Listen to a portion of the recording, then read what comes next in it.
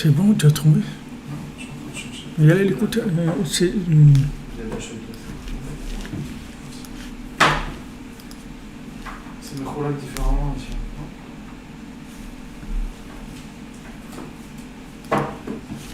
Pardon?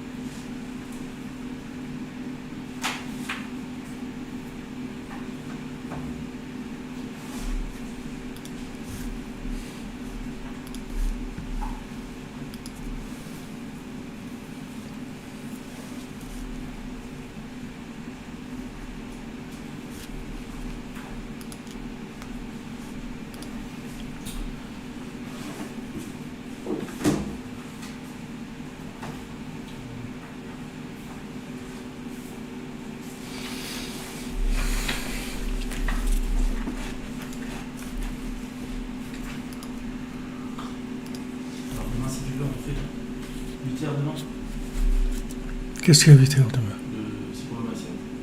Le Shabbat, pas demain. Ah oui, non. Oh, d'accord. Bezrat Hashem, Bezrat Hashem.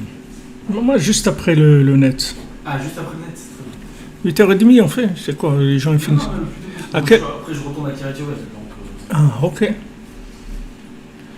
Si vous voulez 8 heures. J'ai dit au docteur que j'allais marcher Kiryat Yovel le côté, il m'a fait tu n'y penses pas.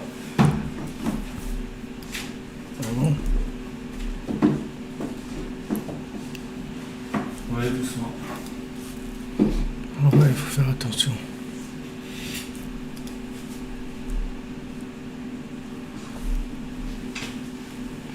Et oui, c'est ce que je suis en train de... Bonsoir d'abord à tous et à toutes, bonjour, bonsoir. C'est en train de régler pour Facebook, normalement ça devrait aller, Bezrat Hashem. Facebook, des fois, c'est un peu plus dur à démarrer.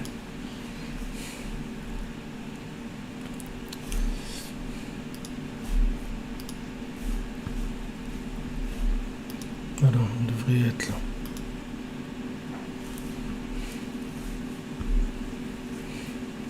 Alors, voilà.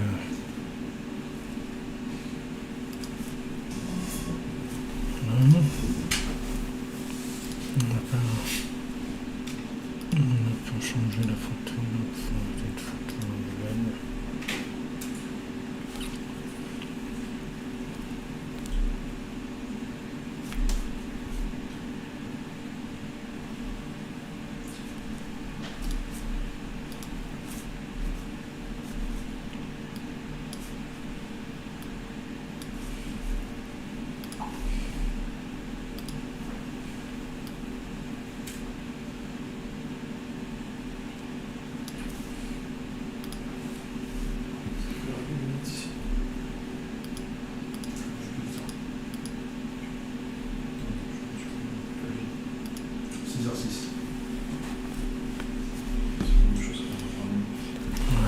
On va changer l'image.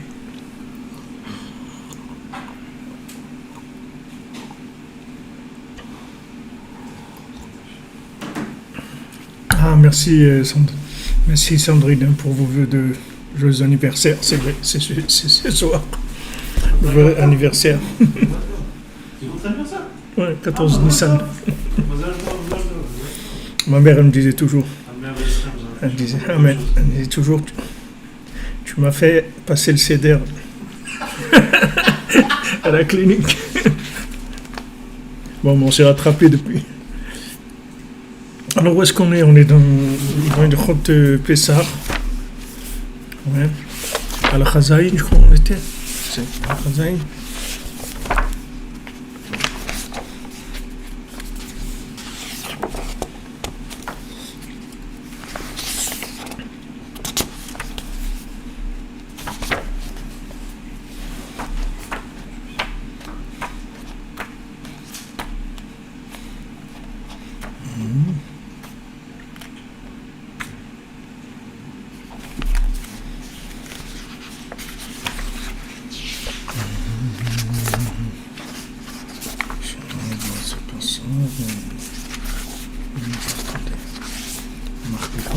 partout.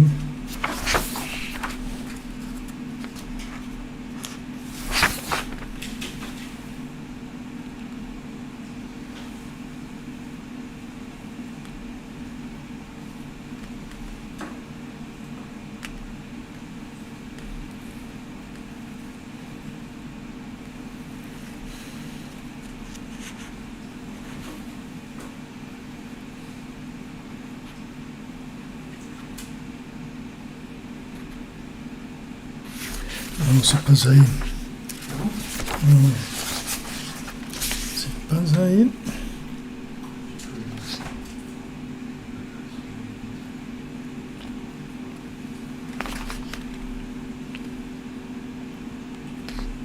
C'est Vav.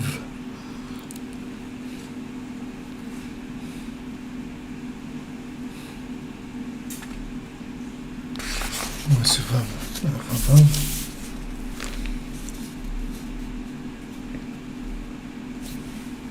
On parle de Shabbat Hagadol, ouais. Donc c'est page 290 dans l'écoute à la Chot.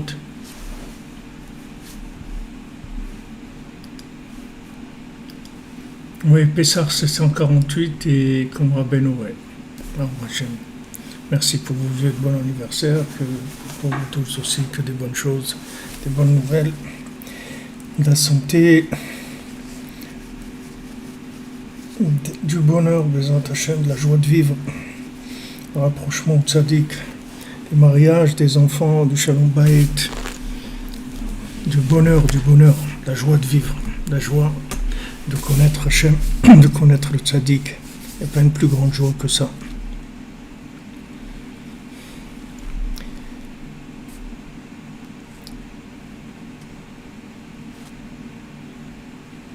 Donc on a dit Valken Tarach Yaakov Veyaga Yaakov Avinu Achelakacha Bechora Me'esav.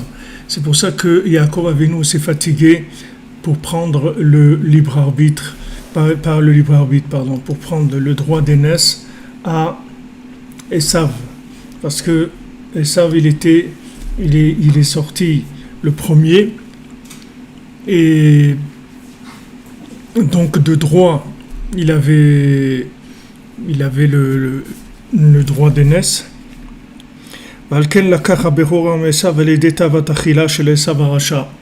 Comment il lui a pris la Bechora? Par la Tavatachila, par le fait qu'il était dans la nourriture, c'est-à-dire qu'il était dans le plaisir de la nourriture. Comme je katouv, il lui a dit, gave-moi de ce rouge-là. Ce rouge-là, il a dit de le nourrir de ça, de le gaver. Et c'est ça qui lui a fait vendre la Bechora. Bien sûr, tous ces tikkunim-là, c'est des tikkunim par rapport à la faute d'Adam Arishon, c'est-à-dire on revient sur ces notions-là pour les réparer, puisque maintenant Esav, il va vendre le droit d'aînesse par rapport à la nourriture, donc ça va réparer une bonne part de la faute d'Adam Arishon avec la nourriture. Qui a Bechor ou Reshit Prinat Mochin, parce que le Bechor il représente le Reshit, c'est-à-dire les prémices, la première chose, il représente l'esprit. Et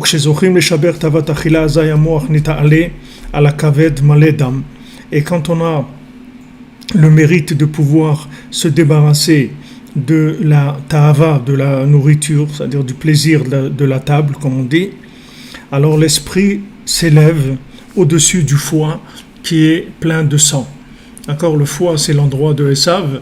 Le foie, il est plein de sang. Et au-dessus du foie, il y a l'esprit. Il y a l'esprit qui va dominer le foie. D'accord? Donc ce système-là, il se reproduit à chaque fois que dans la semaine, on brise la Tavat Achila, mais Shabbat, c'est le contraire. C'est-à-dire que Shabbat, c'est par la nourriture qu'on va arriver à réparer ça. C'est-à-dire que plus Shabbat, on va manger Besimcha, on va faire Oneg Shabbat, comme on l'avait vu. Le Oneg Shabbat, il va nous permettre non seulement d'éliminer ça, c'est-à-dire du fait de le mettre hors concours pour pas qu'il nous fasse de problème, mais on va aller même plus loin, c'est-à-dire on va récupérer même le bien qu'il y a chez Esav. Alors qu'en jeûnant dans la semaine, on peut arriver à mettre de côté le foie, c'est-à-dire avec l'emprise de Esav, mais on fait comme match nul. C'est-à-dire, voilà, tu me prends rien, je te prends rien, c'est tout. Je te donne rien, tu me donnes rien, c'est tout. On joue comme ça. Si maintenant je veux avoir le bien qui est dans Esav, ça suffit pas de lutter avec le jeûne. Il faut rentrer dans le Oneg Shabbat. Quand je rentre dans le Oneg Shabbat, à ce moment-là, je vais pouvoir récupérer le bien. C'est forcément le jeûne ou alors la lutte contre la Tavat Achila? C'est forcément le jeûne pendant la semaine ou alors c'est juste la lutte contre la Tavat Achila? C'est la même chose. C'est la même chose. C'est écrit que. C'est facile, on se dit tout, non, rien, c'est fini. C'est une technique comme une autre, mais. C'est une technique comme une autre, mais. C'est écrit dans les Sfarim. Quand tu te retiens de manger quelque chose, c'est comme si tu jeûnes, c'est la même chose. C'est un petit jeûne. Mais c'est un jeûne, c'est la même chose. J'ai l'impression que c'est plus dur. De se retenir sur des choses qu'on a vraiment dit. Des fois, ouais, pour des gens, ça. C'est pareil, c'est-à-dire la technique, c'est-à-dire l'esprit, c'est le même. L'esprit, ça veut dire que c'est que je me sépare, si tu veux, du mal en utilisant la force, en utilisant la rigueur. C'est là où il est le problème, parce que en fait la rigueur, c'est le monde de Esav, c'est pas le monde de Yaakov. Quand Shimon et Lévi, ils ont tué Shrem, alors Yaakov il leur a dit c'est pas de chez moi, c'était ça. Moi je vis pas comme ça. Moi je vis pas en tuant les gens qui me font des problèmes. C'est pas comme ça que je résous les problèmes. Alors maintenant quand Dina elle a été prise par Shrem, elle a eu une fille. Cette fille-là, c'est elle, la femme de Yosef. Yosef, il s'est marié avec cette fille. Elle est arrivée chez comment il s'appelle Potiphar. Voilà, Potiphar. Cette fille, elle a été élevée chez Potiphar, et c'est là où Yosef il s'est marié avec la fille de Dina, en fait. C'est-à-dire qu'en fait, il a récupéré, parce que maintenant, qu'est-ce qu'ils ont fait, eux? Le fait que maintenant, ils ont utilisé la rigueur pour régler le problème, c'est ça qui a fait tomber chez Shrem. Shrem, c'est Ishmaël. Donc, du fait que maintenant, ils ont été trop à gauche, ça les a fait partir trop à droite aussi. C'est-à-dire que ça fait que Dina, elle a été prise par Shrem. Et Yosef, il a réparé ça. Mais Yaakov, il leur a dit, moi, la guerre, la rigueur, c'est pas mon truc. Moi, je vis pas avec ça. Si Hachem il dit de faire, alors c'est autre chose. Mais moi, je vis pas avec cette façon-là. Donc le principe si tu veux du jeûne, c'est une technique de Esav. C'est la technique des faibles. Le jeûne, c'est une technique pour les faibles, c'est-à-dire les gens qui sont faibles, qui ne veulent pas travailler sur l'esprit, alors ils travaillent sur la forme. Si tu veux, ils attaquent la forme, ils attaquent le corps. Alors que le corps, le pauvre, le corps, il te fait pas de mal, il t'a rien demandé. Pourquoi tu le frappes? Pourquoi tu lui fais des trucs durs? Au lieu de lui faire des trucs durs, donne-lui des bons trucs à manger le Shabbat. Et tu vas avoir un meilleur résultat. C'est que le corps, il va devenir ton copain. Et il va te dire de quoi tu as besoin et tout. Et, allez, à Chatzot, je te réveille et tout, il n'y a pas de problème. Je te suis dans ta Avodat Hashem. Il n'y a aucun problème. Ici, quand tu avais Rabbi Yitzhak, quand il est niftar, la dernière nuit où il était niftar, ses pieds sortaient du lit. Il était déjà inconscient. Mais à Chatzot, Bediou, tu vois, ses jambes sortaient du lit. Et il les remettait et les jambes ressortaient. Et comme ça, pendant un moment. C'est-à-dire, ça devient une machine, le corps, automatique. Il fonctionne avec toi. Parce que tu en as fait un ami. Donc le corps, c'est Esav. Esav, c'est le corps de Yaakov.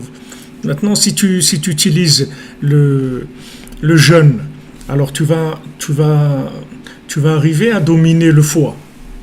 Tu vas dominer le foie quand tu jeûnes, parce que tu mets le foie tu le prives, c'est-à-dire tu lui enlèves sa force. Mais le Shabbat, c'est autre chose, parce que quand tu manges Shabbat, au lieu que le foie il prenne la nourriture en premier, c'est l'esprit qui prend la nourriture en premier dans les repas de Shabbat. Le foie, après, il est resservi après l'esprit. Mais c'est d'abord l'esprit. Maintenant, quand l'esprit domine, il est capable de nourrir le foie sans que le foie il prenne le dessus. C'est-à-dire, il va donner au foie ce qu'il a besoin pour travailler ensemble, c'est tout. Il ne va pas lui donner plus. Tandis que si maintenant, dans la semaine, tu prends des plaisirs, alors le foie, il domine.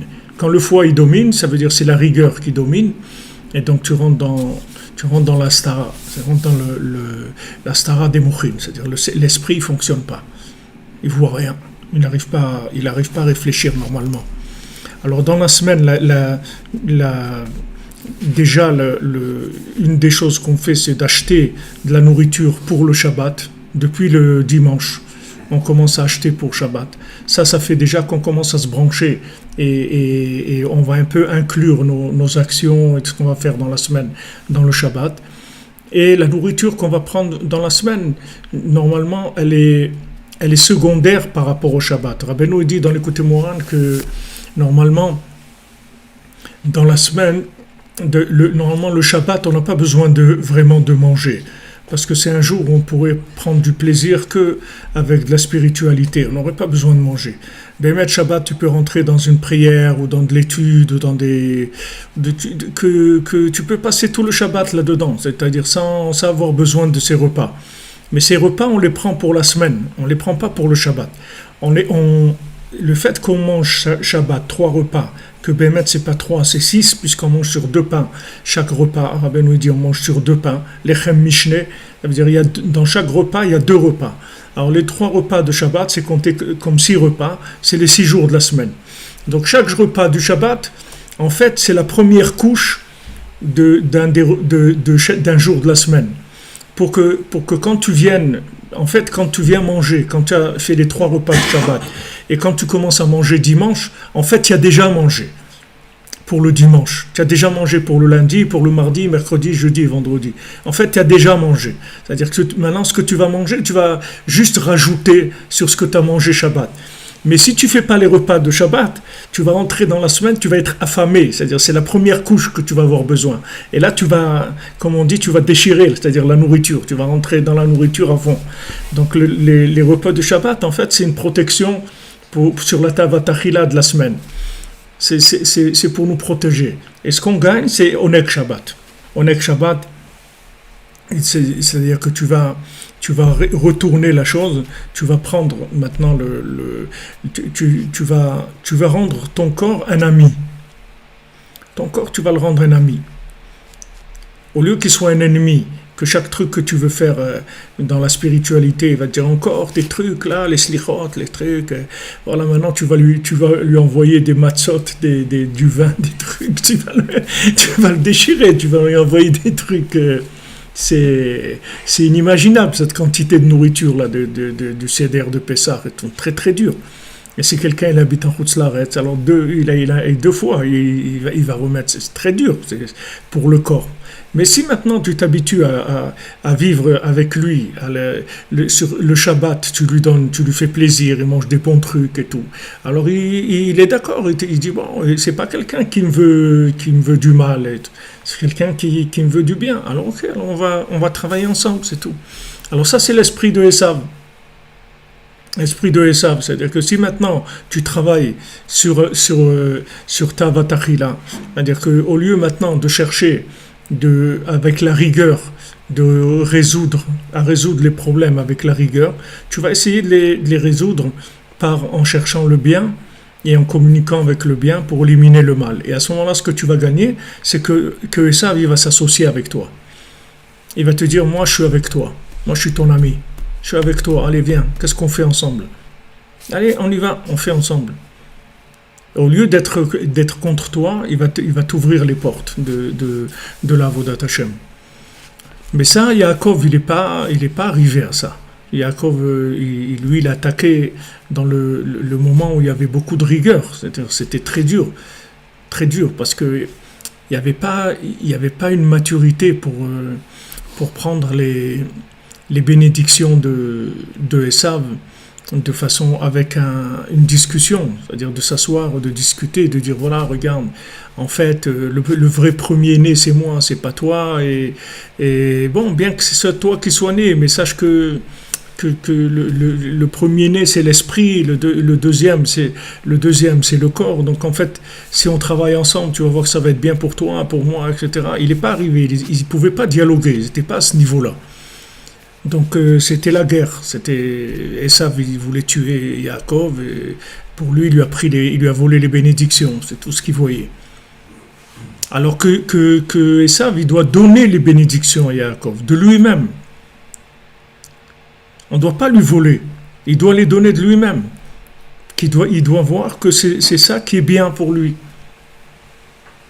C'est-à-dire que quand tu dois servir Hachem, le corps, il doit t'aider à tenir réveillé, ou à te lever tôt, ou avoir la force d'étudier, de pas te demander beaucoup de sommeil, etc. Il doit communiquer avec toi, il doit t'aider, il doit être un soutien pour toi. Mais si maintenant tu commences à le frapper, alors il va s'énerver, il va se mettre en colère. Et s'il se met en colère, il peut te bloquer tout. Le corps, il peut tout bloquer. Comme une femme par rapport à son mari, elle peut bloquer tout, elle fait blocus, elle était terminée. Il n'y a plus ni les slichot, ni rien, il n'y a plus rien. C'est terminé. Il faut ishtoke goufo. Il faut donner, et à ce moment-là, tu reçois. C'est tout. Il faut être intelligent, il faut savoir quels sont les points vitaux que tu as besoin, sur lesquels tu vas pas faire de compromis. Et tout le reste, tu fais des compromis, il n'y a pas de problème. Tu parles des compromis, tu donnes tout, c'est pas un problème. Il faut que tu gardes les points vitaux. Le reste, quand c'est des périodes de renaissance du côté du corps, alors tu baisses complètement le volume de l'esprit et tu donnes tout. T'as aucun problème. Tu garderas que les points de vitalité, c'est tout. C'est les points qui sont vitaux. Le reste, et quand ça va, alors tu roules. Il n'y a pas de problème. Si on avait ce rapport avec Esav, on aurait fini depuis longtemps. Donc eux, ils ont vu qu'il y avait un problème. Shimon et Lévi, tac, allez, on va tuer Shrem et trucs. Bon, ils ont tué tout le monde, mais après ça coûte cher ces choses-là. Les rattrapages de ça coûte très cher. Ça éloigne beaucoup la confiance, etc. Et pour récupérer les éléments, très très difficile. Ça met C'était ce problème-là qu'on a eu. Il y a une inversion.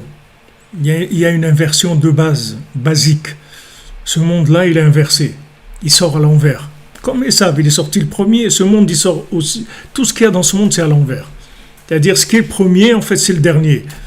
C'est le deuxième. Celui qui est en deuxième, c'est lui le premier. Bet Reshit. Hein?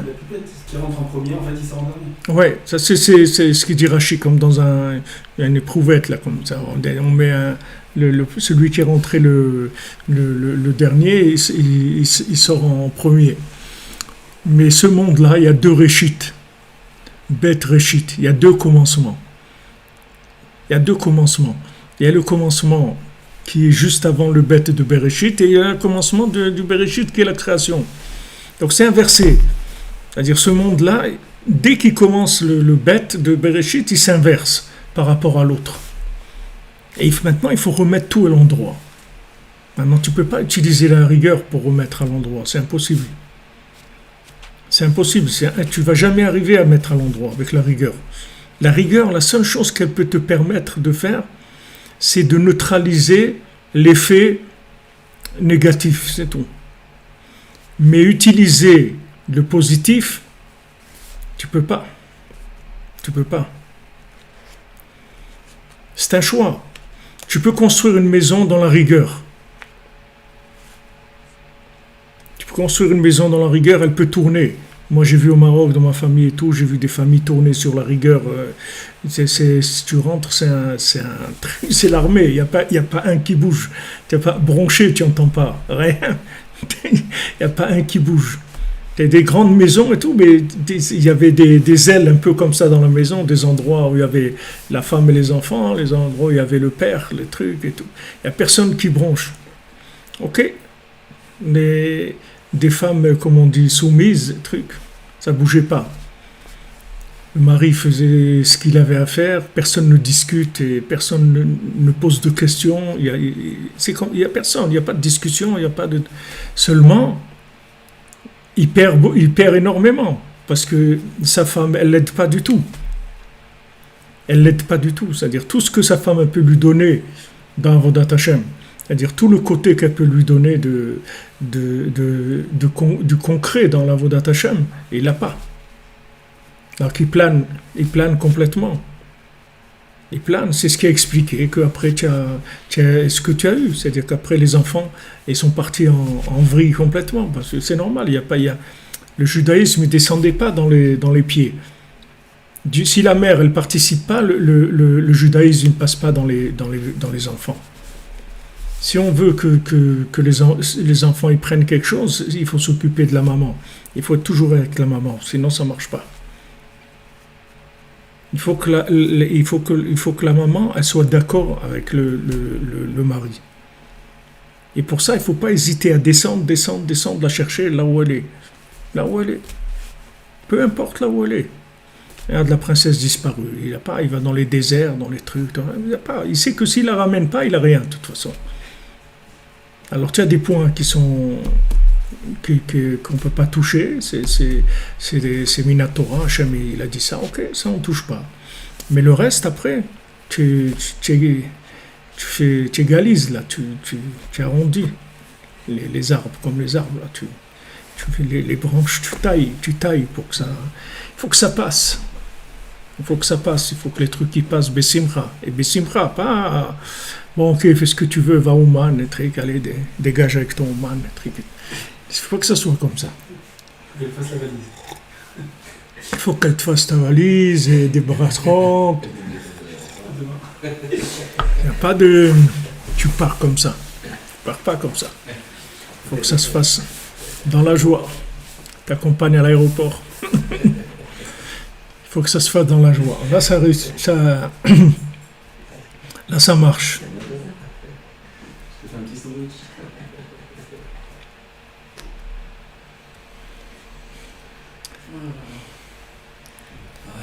Eh bien, vous avez Hatzot Sud-France, c'est pratiquement comme Jérusalem, 1h35. Vous êtes à la même heure que ici.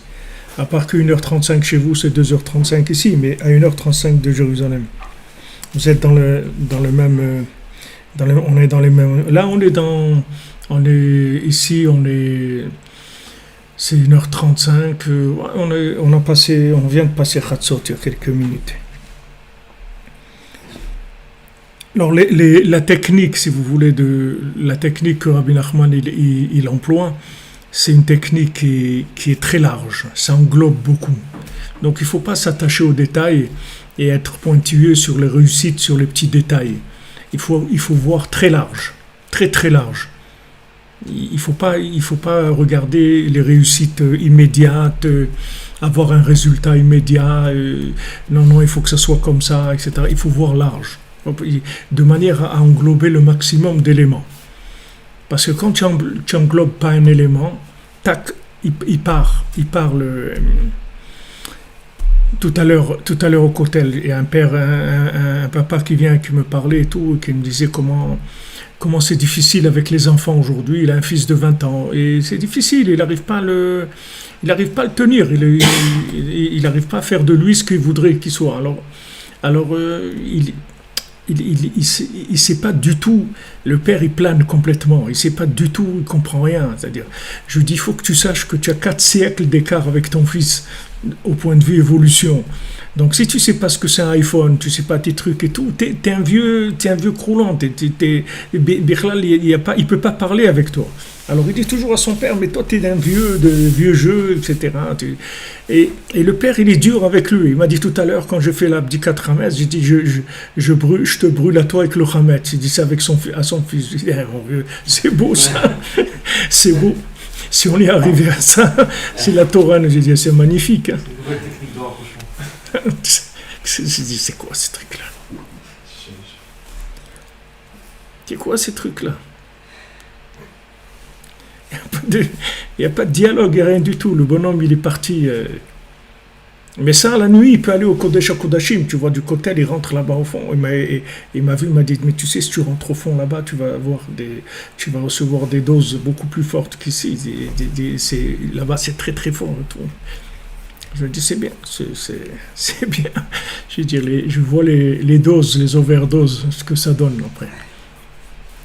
Si ton fils t'es pas arrivé à lui faire aimer ce que tu aimes, qu'il t'accompagne pas et que tu sais pas, il y a pas un nachat plus grand pour un père qui reçoit. Moi des fois mes enfants ils m'envoient une petite vidéo du kotel Chatzot quand je suis à Ouman et tout, ils disent voilà on est là, truc et tout. Un père quand il voit que ses enfants ils le suivent et tout, il y a pas une plus grande joie dans la vie. Mais ça se prépare. Ça se prépare. Si le gars il veut tout prendre pour lui, alors il n'y a pas de suite après, il n'y a pas de suivi. C'est dommage. Et ça se paye. Donc avec le principe du foie, c'est la même chose. C'est-à-dire que si maintenant Esav, tu veux pas échanger avec lui, tu veux pas faire de discussion avec lui, un peu de lâcher un peu avec lui pour pouvoir arriver à un dialogue. Alors il s'énerve et à ce moment-là, c'est très embêtant. Parce qu'il ne faut pas oublier que Esav, c'est lui qui domine le monde. C'est pas, je veux dire, c'est pas, il faut pas croire que c'est Yaakov qui domine le monde. C'est Esav qui domine le monde. C'est pas Yaakov.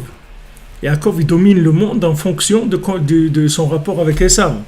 Mais si Esav, il ferme les robinets, il n'y a plus rien, c'est l'asphyxie. Parce que sauf, c'est le premier-né de Yitzhak. Donc c'est lui le Bechor. Maintenant, Yaakov, il lui a acheté des trucs. Et c'est vrai qu'après, il a reconnu que les bénédictions revenaient à Yaakov. Que c'est de droit qu'il avait c'est les bénédictions, qu'il les a pas. Mais il y a un goût amer de toute cette façon dont tu lui as volé les bénédictions, qu'il a embrouillé, tout ça, ça laissait un goût amer sur la chose. Donc tout ça, on le paye dans la galoute. C'est pour ça qu'on est obligé d'être entre les deux, tout le temps. On va vers l'un, on revient sans arrêt, entre les deux. On ne peut pas faire autrement. Tu as les 6 jours de la semaine, tu as Shabbat. Tu peux pas, les deux, ils sont obligés de travailler ensemble. Tu peux pas dire moi moi ça y est, je veux plus rien faire, moi j'étudie, je vais prier, je vais étudier et c'est tout. Tu vas voir si tu fais ça, tu vas voir comment Esav, s'il se lève, tu vas voir ce que c'est, tu vas voir que ça veut dire Esav. Tu es obligé d'aller doucement, c'est-à-dire que il faut que les éléments ils avancent en harmonie, sinon ça marche pas. Il y a des gens, des tzadikim qui sont dans un niveau comme ça. La plupart des gens, il faut qu'ils jonglent avec les deux. On peut pas. On ne peut pas. Rabbeinu voulait que les gens ils soient dans l'équilibre. Rabbeinu ne pouvait pas supporter des gens, il ne supportait pas les gens qui planaient, du tout. Rabbeinu, il y a une chose que Rabbeinu n'aime pas, c'est la planante, tu vois, les gens qui planent. Ça passe pas, tu vois, ça passe pas du tout. Rabbeinu, il veut des hommes très hauts, mais concrets. Des gens qui payent. Ils payent, c'est tout. Ils achètent et ils payent. Tu payes, c'est tout. Tu as une femme, tu as des enfants, tu payes. Tu payes, tu prends tes responsabilités, tu payes. Tu te comportes comme un père. Tu es gentil avec ta femme, avec tes enfants, tu ne fais pas de réflexion, tu t'énerves jamais, tu t'emportes pas. Tu montres que tu as l'esprit, c'est tout. Maintenant, si tu commences à faire des nerfs et des réflexions, des trucs, ça veut dire que c'est deux femmes à la maison, c'est pas un homme et une femme. Un homme et une femme, un homme c'est l'esprit, il est toujours en train d'adoucir. La vie de la femme, elle est difficile. Rabbeinu dit. La vie de la femme, c'est une vie difficile. Rabbeinu, il dit il faut avoir beaucoup de miséricorde sur la femme. Parce que la femme, elle a une vie difficile. Donc l'homme, il a l'esprit, il a la connexion avec les mondes supérieurs, etc. Mais ça, noblesse oblige. C'est-à-dire, si tu es un noble, il faut que ton comportement il soit noble. Si tu commences à descendre dans des nerfs et des trucs, et exiger des choses, et exiger, les gens ils exigent. Quelqu'un il voit de la lumière et après il exige que sa femme, il faut absolument qu'elle soit comme lui. Mais elle n'a pas vu ce que tu as vu toi. Alors qu'est-ce qu'on fait? Ben vas-y, transmets-lui ce que tu as vu. Ouais, elle veut pas, ça n'existe pas, elle veut pas. Si elle voulait pas, elle serait partie, elle t'aurait laissé. Donc si elle est avec toi, c'est qu'elle veut. Ok, maintenant casse-toi la tête et fais-lui aimer ce que tu aimes, c'est tout.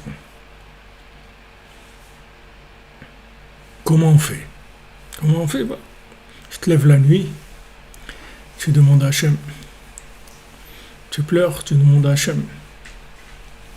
Je veux que ma femme elle soit avec moi. Je veux que ma femme elle soit avec moi. Je veux que quand je vais à Oman, ma femme elle soit heureuse, que quand je vais faire Hitbo des doutes, ma femme elle soit heureuse, que quand je fais ce que je fais, mon étude et tout, que ma femme elle soit heureuse, qu'elle soit fière de ça. Regardez mon mari, je suis fier de mon mari, il fait Hitbo des doutes, il fait ça et tout. Qu'elle soit fière de ça. Si tu n'arrives pas à ça, ça veut dire que le feu il est réglé trop haut. Il faut que tu baisses le feu. Il est trop fort. Heureusement qu'elle est là pour te montrer qu'il y a un problème. Parce que si elle n'était pas là, tu te brûles complètement. L'homme, il se brûle complètement. S'il n'a pas l'autre côté, il se détruit complètement, l'homme. Donc il y a besoin du côté corps pour nous montrer où on se trouve. Et tant que le corps il n'a pas compris, ça veut dire que l'esprit, il n'a pas vraiment compris non plus. Tu crois que tu as compris quelque chose. Eh bien, regarde ta femme, qu'est-ce qu'elle comprend de ce que tu comprends? Qu'est-ce qu'elle a vu de ce... Il y a des femmes ici, elles poussent leur mari à aller à Oman. Si le mari il va pas au Oman, elle lui fait la tête, elle le crie, elle dit comment tu vas pas au Oman? Mais tu es fou, il faut que tu ailles à Oman et tout. Parce qu'eux, ils sont arrivés à ce ce qu'on appelle l'échec de travers. Une femme qui est amie, qui est avec moi, qui est mon associé dans Avodat Hashem. Donc elle a peur pour sa maison si son mari ne va pas au Oman. Elle sait qu'il faut qu'il aille au Oman, c'est tout, c'est quelque chose de réglé. D'où ça vient? Ça vient qu'il a fait passer la chose comme il faut. Parce que la tavatachila, c'est aussi dans l'Avodat Hashem, c'est la même chose. Le bonhomme, il a envie de lumière, de la lumière. Ok, mais la lumière, il y a un moment, il faut que tu la payes. La lumière, c'est des crédits, c'est pas des... La lumière, ça se paye. La lumière, c'est pas gratuit. La lumière, ça se paye. Quand tu découvres des choses dans la Torah, quand tu découvres le tzaddik, quand tu découvres des notions élevées dans la Torah, ça se paye après. Ça se paye par des transmissions dans les mondes inférieurs. On est là pour ça.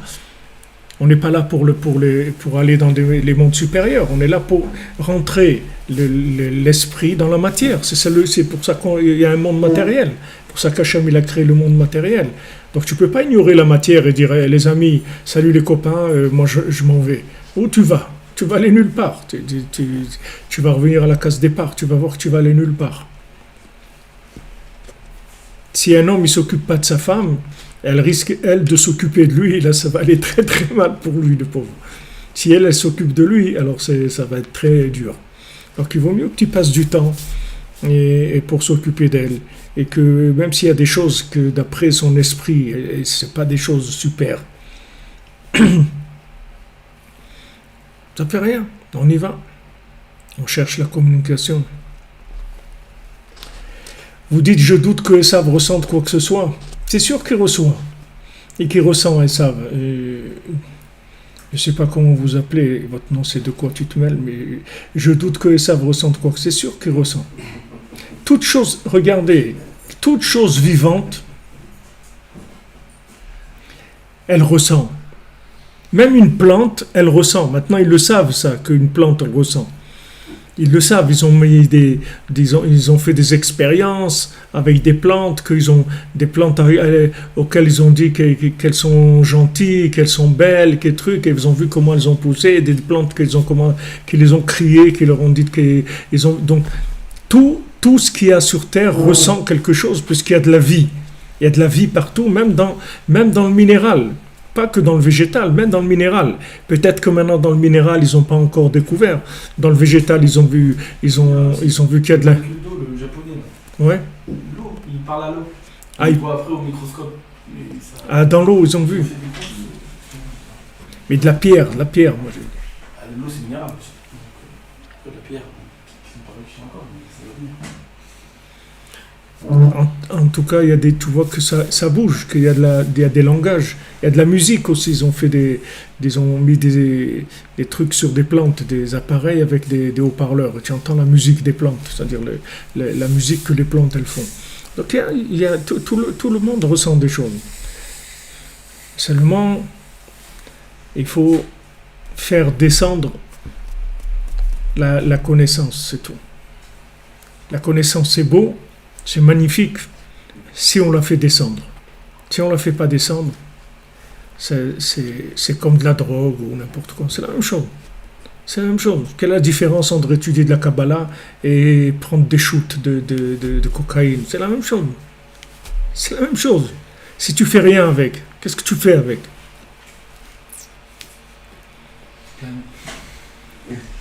Celui qui prend de la cocaïne, pourquoi il prend? Parce qu'il ne supporte pas ce monde. Ok, celui qui est dans la Kabbalah aussi, pourquoi il est là-bas? Parce qu'il ne supporte pas ce monde, c'est tout. C'est la même chose. Qu'est-ce que tu fais avec maintenant? Ok, tu es un kabbaliste, tu as compris. Qu'est-ce que tu as amené au monde avec ça? Tu as aidé des gens à changer, tu as aidé des gens à s'améliorer, tu as aidé ta femme à progresser, tes enfants, tu leur as appris à vivre, tu as aidé tes voisins, ta famille, le monde, tu as fait quelque chose, tu as ouvert un centre où tu éduques les gens dans la vie, tu leur transmets la parole d'Hachem. Qu'est-ce que tu as fait? Tu es dans l'extase de la Kabbalah, mais c'est quoi l'extase de la Kabbalah? C'est rien du tout. C'est rien du tout, l'esprit. Ça n'a pas de valeur, l'esprit. Ça n'a aucune valeur. Hachem ne donne aucune valeur à l'esprit. L'esprit pur, ça n'a aucune valeur dans la Torah. Vraiment aucune valeur. Même toute l'étude du Niglé, du Chumash, de la Mishnah, de la Gemara, des Rishonim, Acharonim, tout ça, c'est pour arriver à l'Halacha. C'est pour sortir la Halacha. C'est pas pour aller commencer à discuter, pour discuter. C'est pour sortir une Halacha. Que maintenant, on sait qu'il faut faire comme ça et comme ça, c'est tout. C'est pour arriver à quelque chose de concret. C'est pas discuter pour discuter. Ça vaut rien du tout. Discuter après qu'on a bien discuté, qu'est-ce qu'on a fait? Chacun il retourne à ses moutons, il retourne là où il était. On a besoin de faire descendre les choses. Maintenant, Esav, il est en attente, c'est tout. Il est en attente du progrès de Beth Yaakov, c'est tout. Beth Yaakov, lechu venelcha. Beth Yaakov, allez-y, et nous on avance. Si vous avancez, alors nous aussi on avance. Pourquoi tu veux qu'une femme, elle ne veuille pas avancer? Pourquoi une femme, tu ne veux pas qu'elle ait envie de faire Shabbat, qu'elle ait envie de faire ce qu'il y a à faire, etc. Il n'y a aucune raison qu'elle n'ait pas envie de faire ça. Seulement, de là où tu prends la chose, le mari, de là où il attrape la chose, c'est trop, c'est tout. C'est trop. Donc elle ne comprend pas, elle n'arrive pas à s'associer à cette chose-là. Donc et quand elle voit le mari qui plane un peu, ça lui fait peur, parce qu'une femme, elle a besoin de sécurité. Donc si elle voit que son mari est en train de planer, elle se dit qu'est-ce qu'on va devenir, c'est-à-dire s'il se met à planer et trucs et tout, ça lui fait peur. Donc après ça devient des soucis qui amènent à, ça peut devenir agressif, ça peut devenir dur après, parce que il y a une peur, il y a une crainte qui s'installe. Donc le rythme il se fixe par rapport aux éléments qui dépendent de nous, de manière à les prendre avec nous. On ne peut pas avancer tout seul. On doit prendre tout ce qui est avec nous, on doit le prendre. Et sur Terre, c'est la même chose. On doit faire avancer toute la planète. On ne peut pas faire avancer qu'une élite. Il n'y a pas l'élite. On doit faire avancer toutes les nations, tous les animaux, toutes les plantes, toutes les pierres. Rabbi Nachman a dit tout. Tout ça, il faut apprendre à tout le monde qui est Hachem. Il faut brancher sur Hachem tout le monde, absolument tout le monde. Et plus on va brancher les gens sur Hachem, plus ça sera la preuve qu'on a compris. Donc en fait, dans les 6 jours de la semaine, qui représentent ce qui est chol, c'est-à-dire ce qui est profane, ces jours-là, tu vas les attacher au Shabbat, et c'est comme ça que tu vas les élever.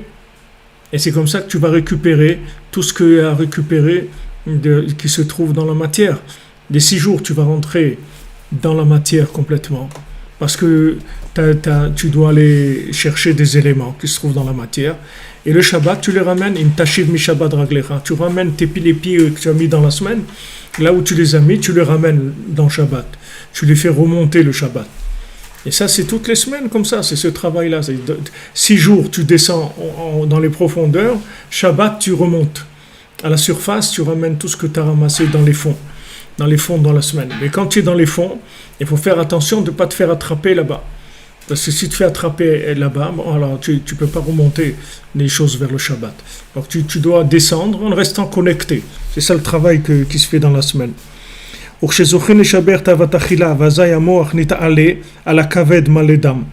on arrive à se retenir dans les plaisirs de la nourriture, à ce moment-là, l'esprit s'élève au-dessus du foie, puis plein de sang, chez Esav, qui est Esav.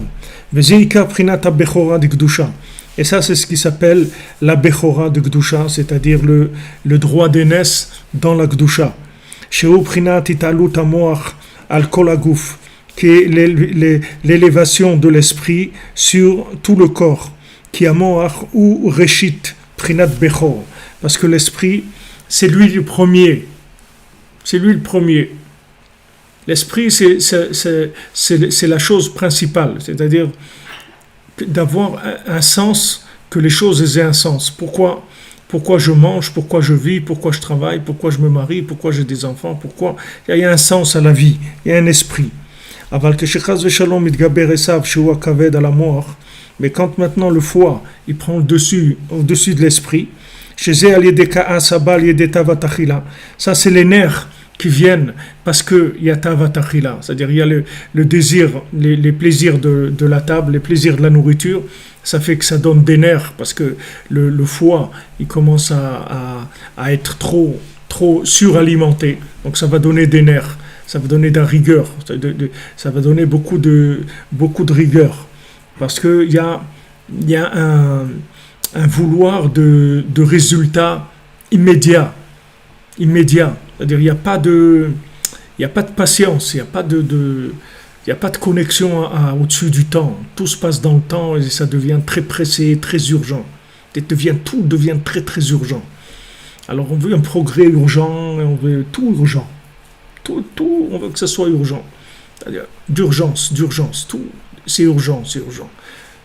Combien de fois j'ai vu ça dans le travail? Toujours. Je me disais, mais jusqu'à quand je vais croire que c'est vrai? À chaque fois, des gens ils disent très urgent, très très urgent, vous me préparez, mais il faut absolument, parce qu'on voyage et tout, à 6 heures je passe pas, il vient pas, et le lendemain il vient pas. Et tu vois que c'était pas vrai, c'est pas urgent. C'est ça, ils ont pris l'habitude de vivre comme ça, les gens. De dire tout, c'est urgent, c'est urgent, c'est urgent.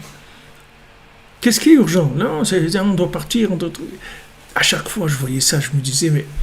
Et moi, je crois que c'est vrai. Moi, quand quelqu'un me dit c'est urgent, je crois que c'est vrai, ça s'appelle urgent, que vraiment c'est urgent. Tu vois que c'est pas urgent du tout. Ça vient des nerfs, de Esav. Fast food, fast truc, tout fast. Allez. Vite. Tout vite. Attends, mange. Non, vite. Pourquoi vite? T'as pas le temps. Il faut vite, tout vite. Ça vient des Esav, ça vient des nerfs. Ce stress-là, il vient des nerfs. Il vient que le foie, il est suralimenté. Donc ça donne une pression sur tout. Les gens ils croient qu'ils ont de la pression, alors ils mangent beaucoup. Mais c'est parce qu'ils mangent beaucoup qu'ils mettent de la pression. Parce qu'ils ont trop d'énergie dans le foie par rapport à l'esprit. Donc ils sont dominés par le sang, ils sont dominés par le foie. Donc le foie c'est un moteur, c'est-à-dire il accélère sans arrêt. Plus tu lui donnes de l'énergie, et plus il va devenir exigeant, et il va accélérer. Et après, tout est comme ça. Tout est comme ça. Allez, il faut que ça marche, il faut que ça truc, il faut qu'on avance. Mais quoi, il n'y a pas le temps, il n'y a pas le truc. Il y a tout le temps du monde. Tout le temps du monde. On n'est pas pressé. On n'est pas pressé. Pressé de quoi? Tu es pressé de quoi? Si tu comprends un truc dans ta vie, tu peux gagner 30 ans de ta vie, 40 ans de ta vie. Si tu comprends une chose en une seconde, tu as gagné 40 ans de ta vie. Tu comprends un truc. Si ton esprit, tu le laisses vivre un petit peu, tu vas gagner des dizaines d'années, tu peux gagner. Si ton esprit comprend quelque chose. Combien de fois des choses tu crois avoir compris et que tu vois des années après que tu n'as rien compris et que si tu avais compris ça, combien de bêtises tu n'aurais pas faites, combien d'erreurs tu n'aurais pas faites, combien de choix tu aurais fait attention, tu n'aurais pas fait ces choix ou ces choix. Tout ça parce que l'esprit, tu l'as mis en arrière, il a pas son mot à dire, il se développe pas, il est en retrait. Tu as mis le foie en avance. Alors le foie, il prend le dessus, il met de la pression. La réussite, le truc, il faut que ça marche, il faut que ça suive, il faut que truc. Doucement, Rabbeinu l'a dit, doucement, il faut aller doucement. C'est dur à gérer, c'est vrai. C'est-à-dire tu vas voir des lumières très très fortes et tu dois descendre ça, le distiller, ça devient des toutes petites choses dans l'action. Des toutes petites choses comme ça, des petites améliorations simples comme ça, toutes petites dans l'action. Et ça vient de lumière très élevée. Mais dans l'action, ça ne va pas donner des résultats qui sont époustouflants. Alors que la lumière que tu l'utilises, elle est énorme. Mais les résultats qu'on attend de toi, ce n'est pas les résultats de cette lumière. Les résultats qu'on attend de toi, c'est des progrès au niveau où tu te trouves. C'est ça le principe de la sortie d'Égypte avec le Seder, la Sphirata Omer, toutes ces choses-là. C'est-à-dire toutes ces tikkunim-là, c'est l'intégration de la lumière dans les midotes, dans les mesures de ce monde. Et après, tu arrives à la 50e porte de Matan Torah. Mais tu es obligé de passer par des mesures. Si tu ne passes pas par des mesures, ça ne va jamais rien donner, ton truc. Ça ne va rien donner. Même un bonhomme qui est un tzaddik, si ses enfants ils tournent mal, chas v'shalom, mais quand il va partir de ce monde, il va payer ça. Ne crois pas que ce n'est pas gratuit.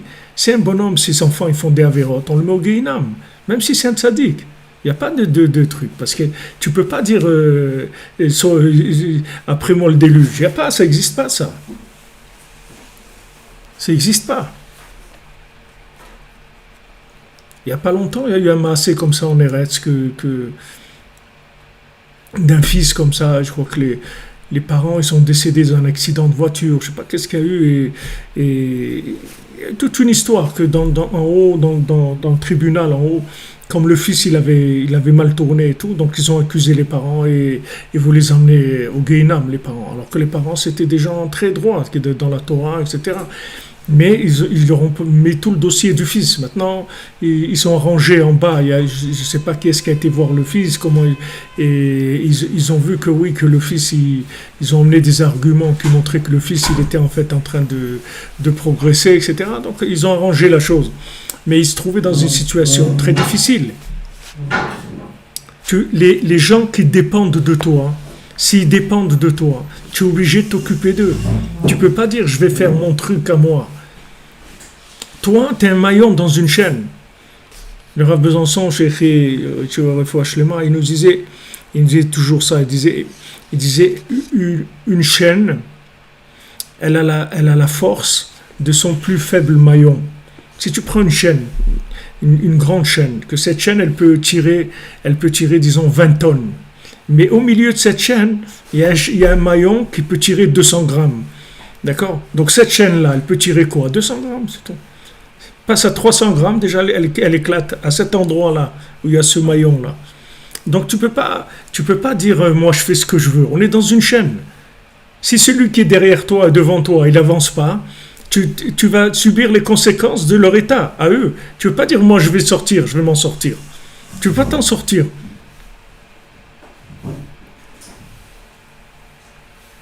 Et tout à l'heure, je revenais du cotel. J'étais dans le taxi, il y avait un couple qui attendait à côté de David Ameller. Là-bas.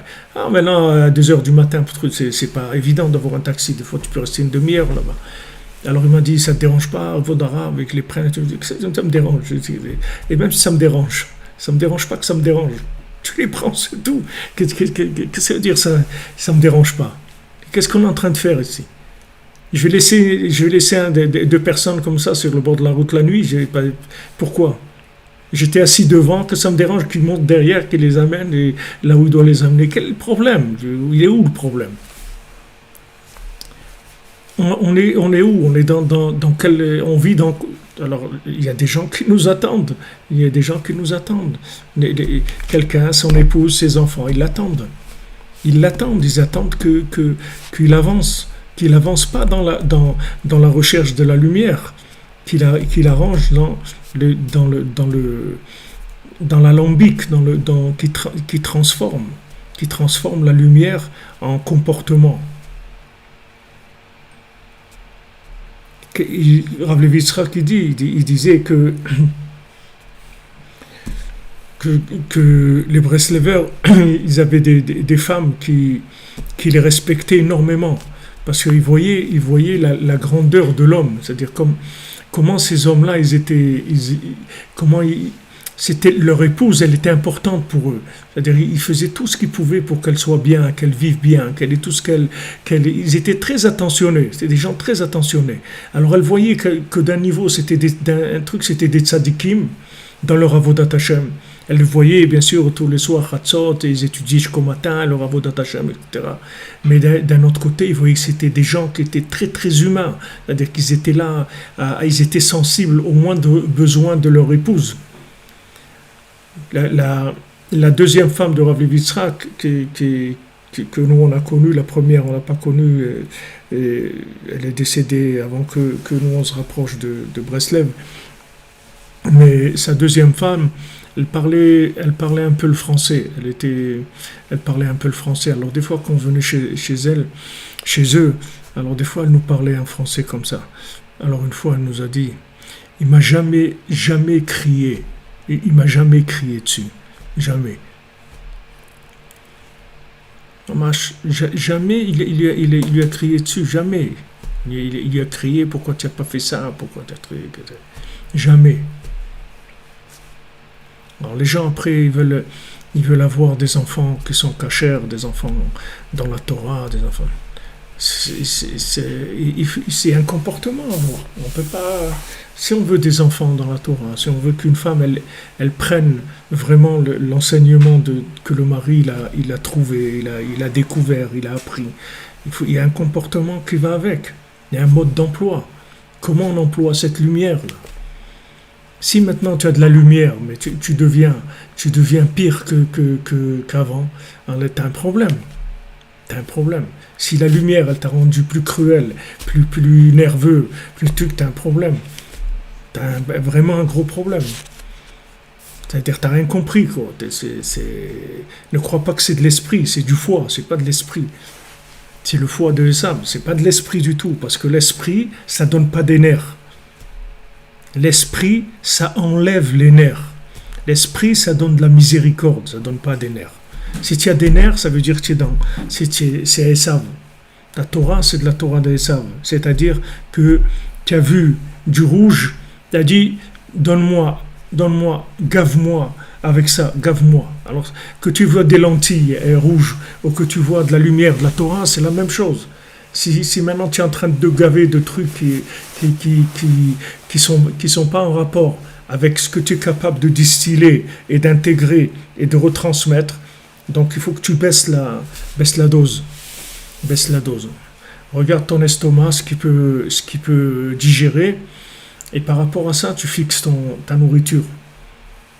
Par rapport à ça, tu fixes la nourriture, pas le contraire. Pas tu prends. Si tu vois qu'il y a des nerfs, il faut arrêter. Ça veut dire que c'est Esav qui est en train de dominer. Faire très attention. Très attention dans une maison, de ne pas rentrer des nerfs. Les nerfs, ça détruit, Rabbeinu dit, ça détruit la maison, les nerfs. Les nerfs, ça détruit la maison.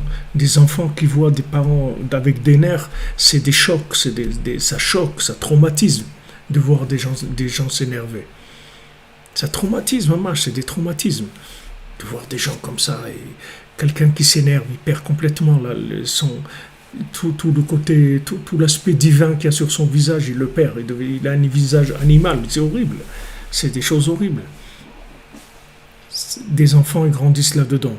Après, qu'est-ce que les gens ils s'étonnent, ils disent ouais, mais voilà, il veut pas faire ça.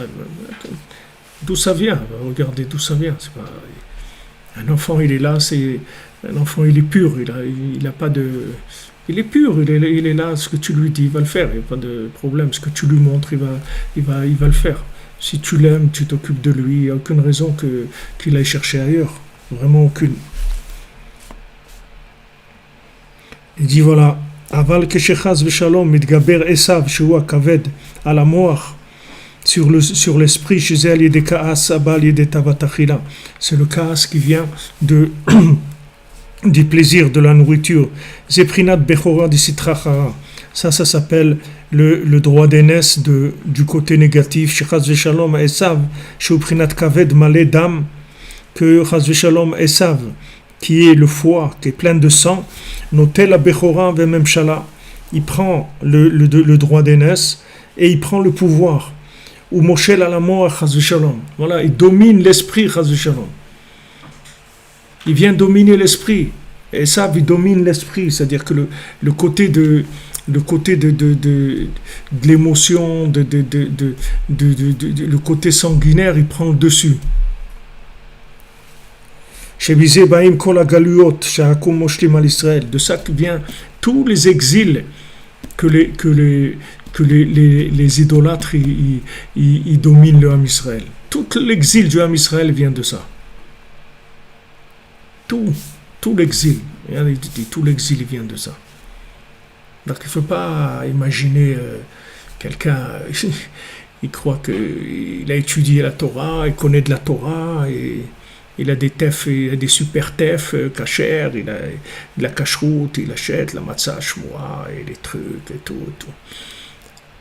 Où on est les amis? Il faut faire attention. Il vaut mieux manger de la bienfaisante, mais tu vois, d'agin, la bienfaisante. Mais doucement, mollo les basses, doucement. Pas des nerfs. Pas de la Torah avec des nerfs, ça va pas ensemble.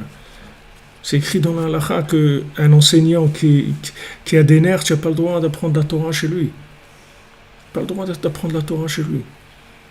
Ça ne s'enseigne pas avec des nerfs, la Torah. C'est pas, un homme, il n'amène pas de l'amour de la Torah avec des nerfs. C'est quelque chose d'inconcevable. Alors à côté, il essaie de faire des trucs, surtout Pessah, maintenant ça vient, des trucs et tout. Là, au Maroc, même le mot pain, si jamais tu disais le mot pain à Pessah, tu dis, c'est pas que tu as amené du pain, ou tu as touché du pain, ou tu as dit le mot pain à Pessah. tu peux te faire brûler. Tu as dit le mot pain. Tu as sourd. Le pain, le mot pain. Attends, on est déjà en train. Non. Le pain. Après, les gens ils sont bons, c'est tout. Il ne faut pas t'étonner. C'est pas. Le gars, dès qu'il peut prendre la porte, il s'en va. Il n'a pas. Moi, je me souviens, on pouvait faire au Maroc, l'âge pour faire son passeport, c'était 16 ans. Alors, le jour où j'ai eu 16 ans, comme maintenant, voilà, 16 ans, mon anniversaire de 16 ans, tout de suite, j'étais faire mon passeport. Les jours même. 3 jours après, j'étais parti déjà. J'étais en Espagne, j'étais parti. À 17 ans, j'avais quitté la maison de mes parents. C'est pas qu'ils étaient nerveux, mes parents. Bon, Hacham, ils ne s'énervaient pas, ils nous ont jamais frappés et tout, mais toute cette atmosphère autour qu'il y avait et tout, c'était très, très dur, très, très dur. C'est l'asphyxie, c'était dur, très, très dur. Il n'y a pas de douceur, il n'y a pas d'amour, il n'y a pas de c'est dur.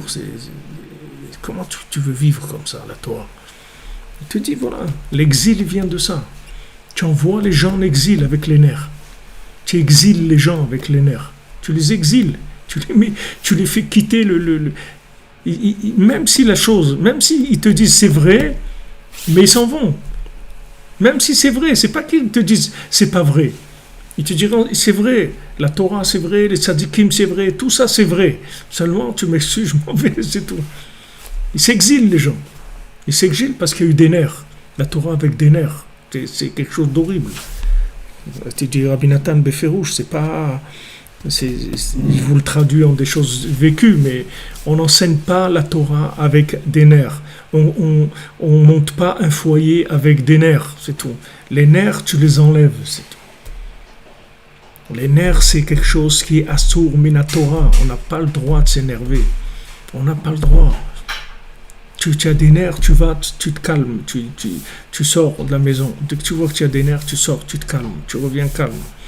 Va dans une salle de boxe, un truc là-bas, tu fais de la boxe, que tu veux, tu fais du sport, un truc, tu as des énergies en trop, tu as rempli trop le foie, il déborde. Alors il faut que tu élimines. Mais à la maison, tu n'as pas le droit de rentrer des nerfs, parce que tu crées de la distance. Tu mets en exil. Tout simplement, tu mets les gens en exil. Les gens qui ont besoin de toi, tu les exiles. Mamash, des gens qui ont besoin de toi, ils ont besoin de toi. C'est pas maintenant des gens que c'est peut-être oui, peut-être non. C'est des gens qui ont besoin de toi. Ils ont besoin de tes enseignements. Qu'Israël achizatam bamoach, qu'Israël ala b'machshava tchila. Parce que le Ham Israël, toute sa nature, c'est l'esprit, c'est-à-dire que c'est là, il est attaché à l'esprit. Qu'Israël ala b'machshava tchila, parce que Israël est monté dans la pensée première d'Hachem. V'amachshava ou amoach v'em nikraim reshit, et la pensée, c'est l'esprit. Et le Ham Israël, il s'appelle Reshit. Beprinat Reshit Chochma, Prinat Mochin, comme c'est écrit Reshit Chochma, qui est le Reshit, c'est-à-dire la Chochma, c'est le Reshit, c'est le commencement. Prinat Mochim, qui est l'esprit. Maintenant,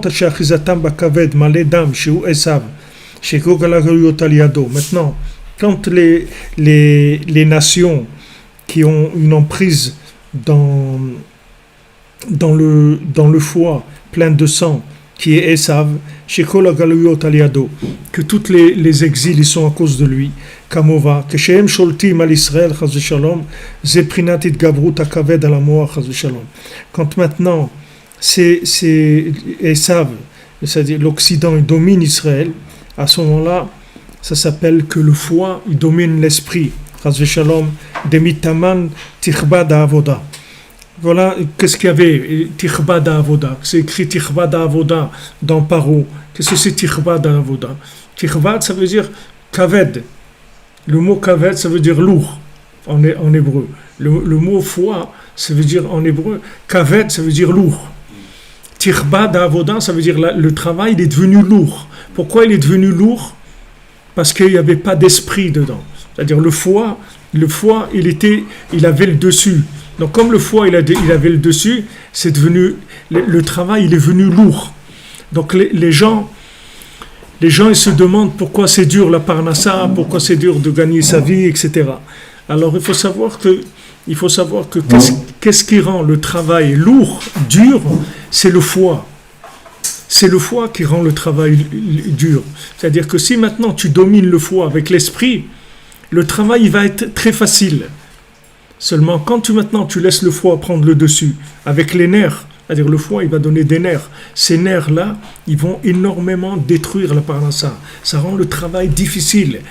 C'est maintenant le paro, tout ça, c'est le film, c'est la mise en scène, c'est qui est-ce qui va jouer le film. Mais c'est pas Paro le problème. Le problème, c'est d'où il a tiré sa force Paro. C'est pas Paro le problème. Paro, c'est un acteur. C'est pas, lui, il a devant lui un scénario. Il joue le scénario, c'est tout. C'est pas, je veux dire, Paro, c'est pas lui qui a inventé. Il a rien inventé, Paro. Paro, il est manipulé par des énergies d'en haut. Et ces énergies d'en haut, tu peux pas passer à côté. C'est-à-dire ton comportement, il va entraîner des énergies qui vont descendre dans certaines choses. Donc maintenant, quand tu fais dominer le foie, chaque fois que tu vas t'énerver, tu vas te faire dominer le foie, tu vas vouloir stresser, tu vas voir que ça va devenir plus difficile. Il y a un ralentissement qui se fait. Plus tu veux accélérer et plus ça va ralentir, tu vas voir. Plus tu veux obtenir une chose et plus tu vas voir que cette chose elle s'éloigne de toi. Plus tu mets des nerfs pour obtenir quelque chose, plus la chose elle s'en va. Et ça, tu peux le vérifier tous les jours. Tu verras des gens qui sont très exigeants. Il n'y a rien qui marche avec eux. Rien. Tout ce qu'ils font, ça ne marche pas. Parce qu'ils sont exigeants. Comme ils sont exigeants, tout se bloque. Au lieu que ça s'ouvre, que ça fleurisse, tout se bloque, tout devient lourd, dur. Chaque truc, c'est dur. Ça vient du kaved. Le kaved va tirbada avoda. Le travail devient difficile. Parnassa devient difficile. D'où le foie. Le foie, les nerfs, ça amène tout ça parce que la personne elle veut, comme on dit, manger le monde. C'est ça le principal de l'exil de l'Égypte, que la avoda est devenue lourde. Parce que tout l'exil d'Égypte, il vient de Esav. D'où il vient? Je vous dis, c'est pas Paro, c'est Esav qui est derrière l'exil de l'Égypte. C'est pas Paro. C'est-à-dire, Paro, c'est une succursale de Esav. C'est pas lui qui décide là-bas. Sheuprinat kaved malé dam, que Esav, c'est le foie qui est plein de sang. Sheusar shel Mitzrayim, qui est le sar de l'Égypte. Paro, il n'est pas cachour avec Ishmaël? Hein? Paro, il n'est pas cachour avec Ishmaël du tout? S'il est cachour avec Ishmaël? Non, pas du tout. Pas du tout. Le sar de Paro, c'est Esav. Dans le ciel, le prince l'ange qui dirige Paro, c'est Esav. L'ange de Esav et de Paro, c'est le même dans le ciel qui dirige. C'est les mêmes nations.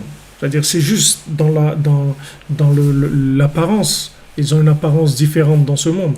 Mais la racine de Paro, c'est Esav. וזה בחינת התגברות הדמים שהיה בגלות מצרים, כמו שכתוב, ויעבור עלייך וירער במתבוססת ודמייך. C'est ça tout le sang qui avait en Égypte, que comme c'est écrit, je vais passer parmi toi et je vais te voir comment tu es mitbosseset ודמייך, comment tu te tournes dans ton sang. Tout ça, ça vient de la faute du premier homme. Que la galoute de l'Égypte, elle est venue de la faute d'Adam Arishon. Voilà, comme je l'ai dit avant. Comme maintenant, il a été pogam dans Tavat Achila, Adam Arishon. Adam Arishon, il a vu le fruit, il a voulu en manger. Et il a mangé de Etzadat Tovera. Et ça fait que l'esprit s'est abîmé. Et il y a eu un renforcement du foie qui s'énerve, qui est plein de sang. Donc il a reçu la malédiction que maintenant dans le Itzavon, dans les nerfs, le Itzavon dedans c'est Atzabim, c'est-à-dire c'est les nerfs. Dans les nerfs tu vas manger ton pain. Ton pain tu vas l'avoir dans les nerfs. Parce que tu tu as mangé de l'herbe de la connaissance du bien et du mal. Donc cette nourriture, elle va attaquer le foie, c'est-à-dire elle va augmenter le pouvoir du foie dans le corps, et ça va faire que ça va être difficile de gagner sa vie. Prinat atzvut vekaas. D'ailleurs, dans Etzavon, il y a les deux. Il y a la tristesse et les nerfs. Les deux. Parce que la tristesse aussi, elle est dans les zones du foie. C'est-à-dire la tristesse, elle est dans les éléments qui sont autour du foie aussi. La tristesse, elle est dans la bile, dans les choses qui sont liées avec le foie.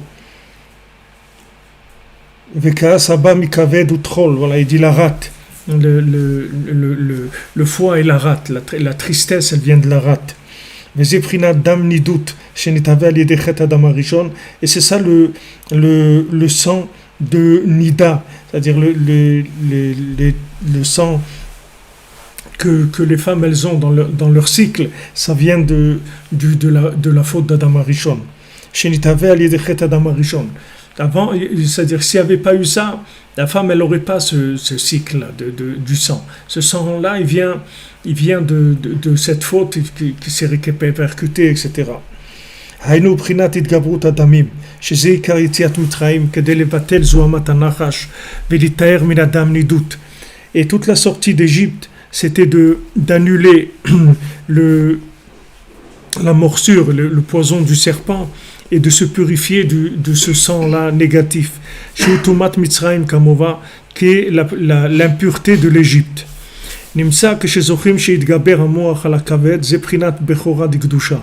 Maintenant, quand on a le mérite que l'esprit domine le foie, alors ça c'est le premier-né de la Gdusha, de la sainteté, Prinat Bechor Israël, qui est le Bechor d'Israël, c'est-à-dire Yaakov, chez Prinat Moach, qui représente l'esprit. Chez Zeikara Bechora Mitit, qui est le véritable premier-né. Chez Prinat Moach, Prinat Reshit, qui est l'esprit, qui est le premier. Aval le'efer chas v'shalom, כשפוגעים בתאוות אכילה וכעס, עד שמתגבר הכבד חס ושלום. Mais quand chas v'shalom on tombe dans la tavat achila, dans le plaisir de la nourriture, dans les nerfs, jusqu'à ce que maintenant il y a une domination du foie, zeprinat bechora shel Esav, ça donne la domination à Esav, c'est-à-dire c'est lui qui devient le premier-né.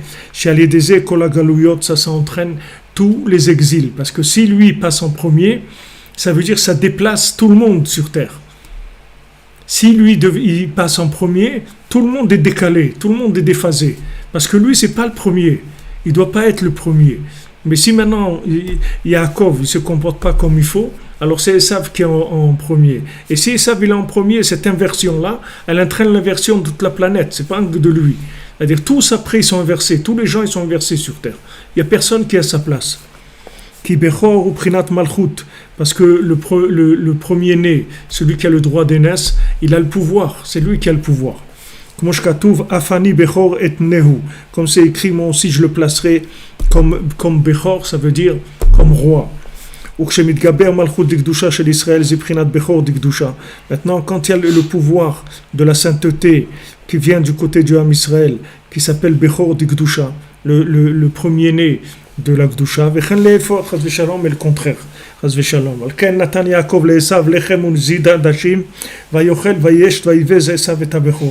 Donc Yaakov lui a donné à manger du pain et des lentilles, comment on appelle ça, des lentilles, des adashim, une zid, des lentilles, mais il y a aussi autre chose qu'il y avait. Vayochal, vayesh, donc il a mangé, il a bu, et il a méprisé la Bechora. Haïnou chez Yaakov Shavar Vesilek Misraël Tavat Achila. Yaakov, qu'est-ce qu'il a fait? Il a cassé, il a enlevé du Ham Israël la Tavat Achila. Rak Natan Kol Tavat Achila le Esav. Il a donné toute l'envie de manger, il a donné à Esav. Et Esav קיבל זאת לחלקו שהוא ימלא תאוותו באכילה ושתייה בזה העולם. Et Esav il a décidé, voilà, moi je prends ça, moi c'est ça que je veux, c'est-à-dire que je vais remplir ma vie de nourriture et de boisson. Ben, il disait Machar et Tabechora et Yaakov, il dit ouais, c'est ça que je veux moi. Il dit alors je te vends si les droits d'aînesse, c'est que maintenant on va pas s'éclater dans le manger, dans la boisson.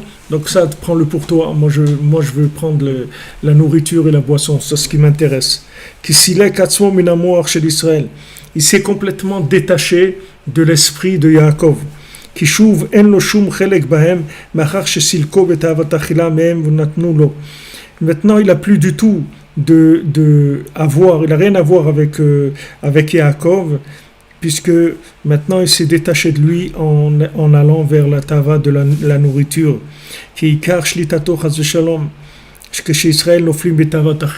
Parce que toute l'emprise de Esav, elle vient quand le Ham Israël il tombe dans la tava le plaisir de la nourriture. À ce moment-là, non seulement maintenant il vient avec les nerfs, mais il va plus loin. C'est-à-dire la machine elle tourne complètement à l'envers. Au lieu que maintenant nous on domine le foie et on prenne dans le foie l'esprit qu'il y a dans le foie, c'est le contraire. C'est l'esprit domine le foie, il domine l'esprit et il prend dans l'esprit.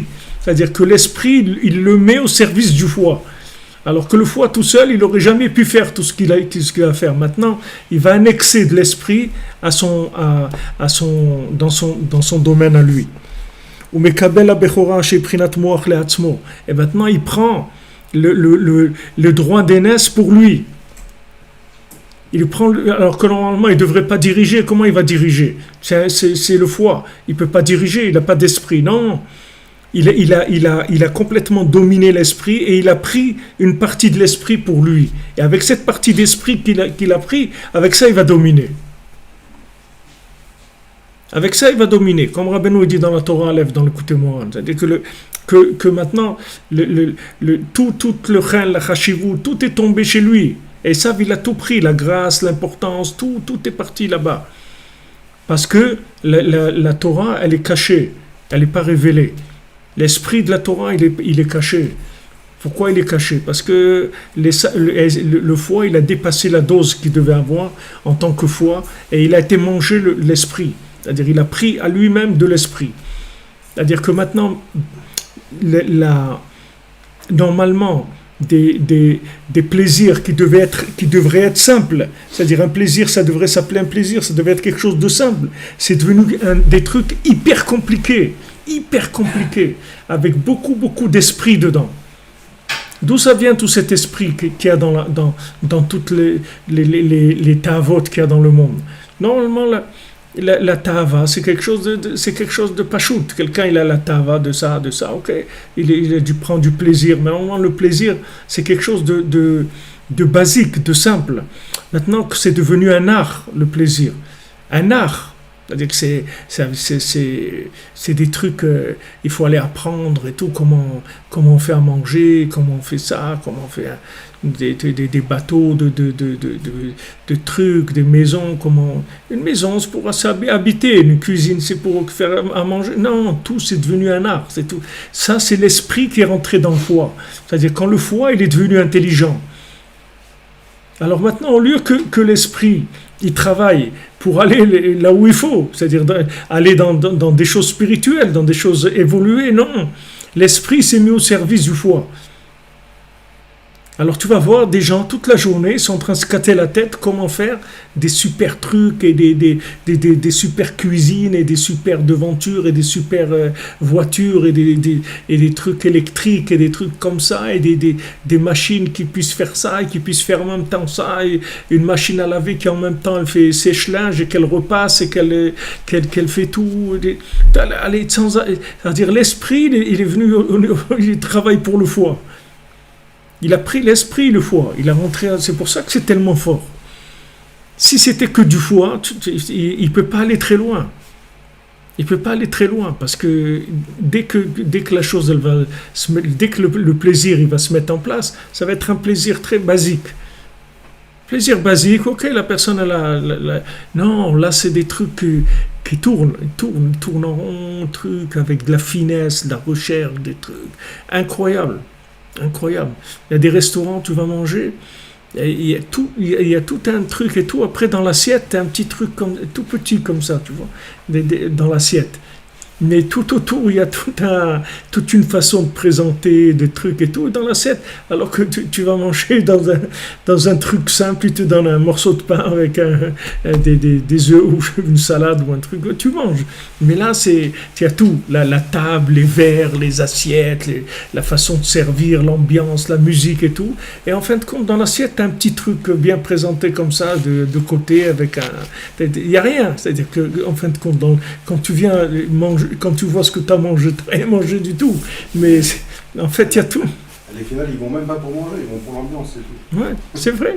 C'est pour ça qu'ils font ça, parce qu'ils savent que les gens, ils viennent que ce qu'ils recherchent, c'est en fait l'esprit qui a été...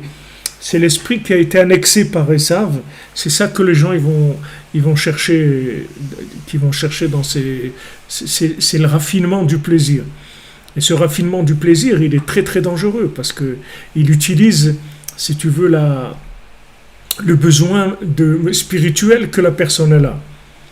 La personne a un besoin spirituel. Maintenant, si tu mets pas d'esprit dans la matière, elle va tout de suite gaver, c'est-à-dire rassasier la personne. Ça va le rassasier. Ça y est, ok, il voulu un plaisir, voilà, il a eu, ça y est, il a terminé. Mais si tu rentres maintenant du raffinement là-dedans, tu rentres de l'esprit dans la consommation, la personne, tu vas lui enlever le besoin qu'elle a de chercher l'esprit. Là, elle aurait terminé avec le foie, elle passe à l'esprit. Mais là, non, elle ne peut pas s'arrêter. Elle ne peut pas s'arrêter parce que l'esprit il est rentré au service du foie. Donc maintenant, là, ça y est, dans le plaisir lui-même, il a de l'esprit aussi. Il a de la spiritualité au service de la matière. Donc après, comment tu veux dire à quelqu'un d'aller chercher la spiritualité? Il ne sait même pas de quoi tu parles. Il ne comprend rien de quoi tu veux lui parler. Il ne comprend pas pourquoi tu lui parles de ça. Il ne sait pas de ce que tu cherches. Tellement de raffinement. Alors, il n'y a pas besoin de raffinement. On mange pour se nourrir, c'est tout. Pourquoi besoin de tout ça? Pourquoi besoin de tout ça? C'est très grave quand l'esprit rentre dans la matière. Ça déboussole les gens complètement.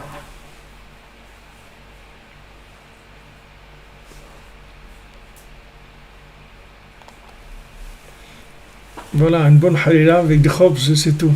Il n'y a pas de mieux, il n'y a rien de mieux.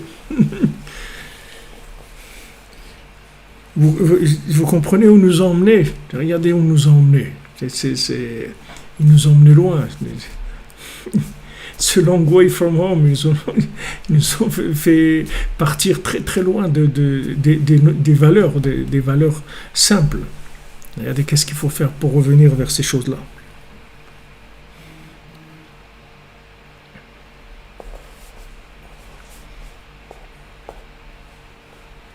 רק נתן כל הדעת אכילה לעשיו, d'accord, כי יחקר שליטתו חס ושלום כשישראל נופלים בתאוות אכילה, אז הוא יונק מן המוח, voilà. il se nourrit de l'esprit, הוא מקבל הבכורה שהיא בחינת מוח לעצמו, אבל יעקב שבר תאוות אכילה ולא רצה ליתן לעשיו שהוא כבד שום יניקה מן המוח שהוא בחינת בכורה. Et Yaakov, il a cassé, lui, tous les désirs de consommation. Il a enlevé tout ça de lui. Pour pas que Esav, il vienne prendre chez lui. Tu comprends? Quand toi, tu prends chez lui, il prend chez toi. Quand l'esprit, il prend dans le foie, alors le foie, quand il ouvre la porte, ça circule dans les deux sens. C'est-à-dire que le foie, il va chercher, l'esprit va chercher dans le foie, mais le foie, il prend l'esprit aussi. C'est-à-dire, voilà, il ne voulait pas qu'il y ait un kohar chez Esav. רק נתן לו לחלקו זוהמת עקירת האכילה, הגשמיות כמו שביקש. Il lui a donné tout le côté, comment on dit, rustre comme ça de la nourriture. Qu'il a dit à la Etinina mina adom adom azé, gave-moi de ce rouge là. Valiedeze nifra d'Esav mina bechora ve'amor. Et grâce à ça, il s'est séparé Esav du droit d'aînesse et de l'esprit, et il a vendu l'esprit de son vouloir à Yaakov, Shua Bechor Behemet, que Yaakov c'est le vrai premier-né. Sheosek Tamid Leagbir Amoach à la Kaved, que lui il travaille tout le temps à faire dominer l'esprit sur le foie. Sheuprinat Bechora Mitiyot Kanal. Valken Ikar Yetziat Mitzrayim Al Yedei Makot Bechorot. C'est pour ça que la sortie d'Égypte, elle était principalement par le fait que Hachem il a frappé les premiers-nés. Ça fait diminuer la force des premiers-nés d'Égypte. Parce que c'est le premier-né d'Égypte, c'est le premier-né du côté négatif, Prinat Kaved Maledam, qui est le foie qui est plein de sang, Prinat Esav, Asar Shel Mitzrayim. Il répète que c'est lui l'ange de l'Égypte. Il y a des zénith batel Ola Galut Shel Eshebud Mitzrayim. Ça a enlevé tout le joug de l'esclavage de l'Égypte. C'est-à-dire tout le principe en fait de la délivrance, c'est la délivrance de l'esprit par rapport au foie. C'est ça la délivrance. C'est-à-dire tant que c'est le foie qui domine, ça s'appelle l'exil. Ça s'appelle l'exil. Quand c'est l'esprit qui domine, alors ça s'appelle la liberté. C'est la liberté. Les gens cherchent la liberté, alors libère-toi de ton foie et tu vas être quelqu'un de libre. Libère-toi du foie qui veut manger, qui veut tout le temps prendre, etc. Si tu te libères de ça, tu vas voir que tu vas être quelqu'un de libre. Sinon, tu es dépendant du foie. Et quand le foie il fait de l'art culinaire et l'art ça et l'art l'autre, quel art culinaire? Tu manges un morceau de pain, un truc, c'est besoin de l'art culinaire. C'est quoi l'art culinaire? C'est quoi des chefs, des trucs qui sont comme des je sais pas, des esprits de la cuisine, l'esprit de la cuisine, la mentalité de la cuisine, les trucs, ça se fait pas comme ça, il faut comme ça, la température de la pièce, l'humidité des trucs, c'est vrai tout ça, parce que quand tu rentres de l'esprit quelque part, il n'y a pas de limite, tu peux y aller, hein, c'est vrai, tout ça c'est vrai. Et non, et voilà, les trucs, ça se coupe pas avec un couteau en métal, ils font un couteau en zinc pour couper telle viande, sinon ça baisse le goût du truc. C'est des recherches de folie. C'est vrai, c'est pas que c'est pas vrai ce qu'ils disent. Mais qu'est-ce que tu mets la tête là-dedans? Qu'est-ce que tu mets tout ça pour manger, tout ça pour mettre de l'essence dans le moteur? C'est beaucoup. C'est beaucoup.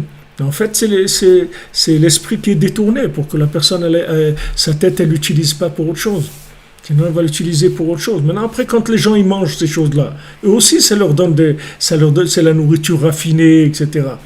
Ça, c'est un des groupes qu'il y a dans le Sipurim Maasiyot du Baal Tefila, c'est ceux de la nourriture. Là-bas, Rabbeinu dit qu'ils mangeaient que de la nourriture très raffinée et tout. Ils ne mangeaient pas du manger commun des gens. Ils avaient de la nourriture hyper raffinée, Mais les gens, ils ne savent pas que quand ils mangent de la nourriture hyper raffinée, en fait, ils sont en train de vider la batterie de leur esprit. Ils l'utilisent pour le ventre, pour le foie. Alors que cette batterie-là, elle est faite pour fonctionner, pour faire fonctionner l'esprit. Mais tu ne peux pas. Normalement, tu as une batterie pour le foie et tu as une batterie pour l'esprit. D'accord ? Maintenant, si tu mets l'esprit au service du foie, tu as pris la batterie qui sert à faire fonctionner l'esprit, tu es en train de la vider pour le foie aussi. Donc maintenant, après, ton esprit devient comme un pois chiche. Tu n'as plus rien dans la tête. Tu ne peux même pas réfléchir, tu ne peux pas chercher des choses, rien. Tu as vidé l'esprit avec la nourriture. Cette recherche du raffinement de la nourriture, ça affaiblit l'esprit. Parce que tu utilises l'esprit pour la nourriture. Tu n'as pas besoin d'utiliser l'esprit pour la nourriture. Rabbeinu dit Eretz Israël, Eretz Asher lo b'miskenut tochal balechem. C'est une terre où tu ne mangeras pas du pain dans la pauvreté. Alors Rabbeinu l'explique, il dit c'est une terre où tu vas manger du pain, mais pas parce que tu es pauvre.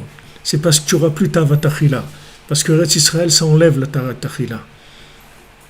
Pourquoi ça enlève la vatachila? Parce que c'est une terre d'esprit, c'est une terre de chorma. C'est une terre où on se branche sur l'esprit.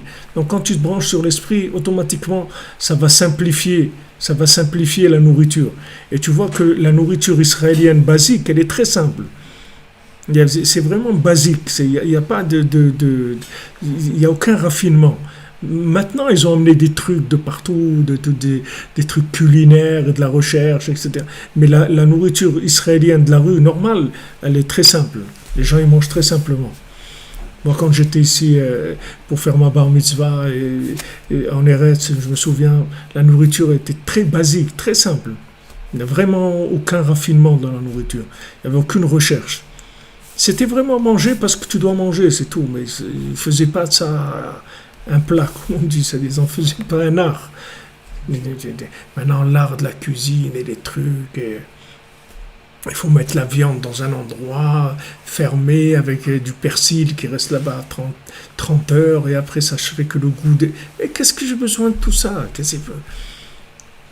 Mais vous croyez que ces choses-là c'est gratuit? C'est pas gratuit. C'est fait pour que la personne qui s'attache à ce raffinement-là, ça lui utilise l'énergie mentale. Donc après, quand il vient pour faire fonctionner la tête, elle marche pas. Elle ne marche pas parce que l'énergie mentale, il l'a utilisée pour son foie. Donc, elle ne marche plus. Donc, il ne faut pas t'étonner que les gens, ils réfléchissent pas. C'est pas parce qu'ils n'ont pas de tête pour réfléchir, c'est que leur tête, ils l'ont utilisée pour le ventre. Donc, par rapport à ce que vous avez dit tout à l'heure, le Shabbat, on a le droit de se faire plaisir. De donner dans plusieurs ouais. Ça passe pas par le c'est pas qu'on a le droit, c'est un devoir. Il faut que ça existe quelque part, ça. Shabbat, il n'y a pas de problème. Dans toute cette culture, machin, on peut l'apprendre pour Shabbat. Shabbat, il n'y a pas de problème. Mais il faut que dans la semaine, tu manges simple. Mange basique, mais pas ta tête dans le ventre. Il ne faut pas que ton ventre il mange ta tête. C'est dommage. C'est dommage d'avoir la tête dans le ventre. Mamache, c'est horrible. Mais regardez comment ça fonctionne. Moi, jamais j'aurais imaginé ça. Moi, je vois des trucs, ok, ils font du manger recherché, raffiné, etc. Bon, tu crois que c'est un raffinement de société, c'est tout, une évolution, pas du tout. Il y a tout un stratagème qui est derrière ça. C'est-à-dire ce qu'on veut, en fait, c'est t'habituer. Quand tu vas t'habituer à manger du manger raffiné, c'est-à-dire tout ce que tu vas ajouter dans la nourriture, qui est de l'esprit, qui n'est pas la nourriture elle-même. C'est un esprit que tu mets de conception de la nourriture. Alors cet esprit que tu mets, cet esprit-là, il t'enlève, il te diminue ta fonction mentale, c'est-à-dire ton énergie mentale. Et après, tu n'arrives pas à réfléchir, c'est tout. Tu n'as pas de force dans la tête.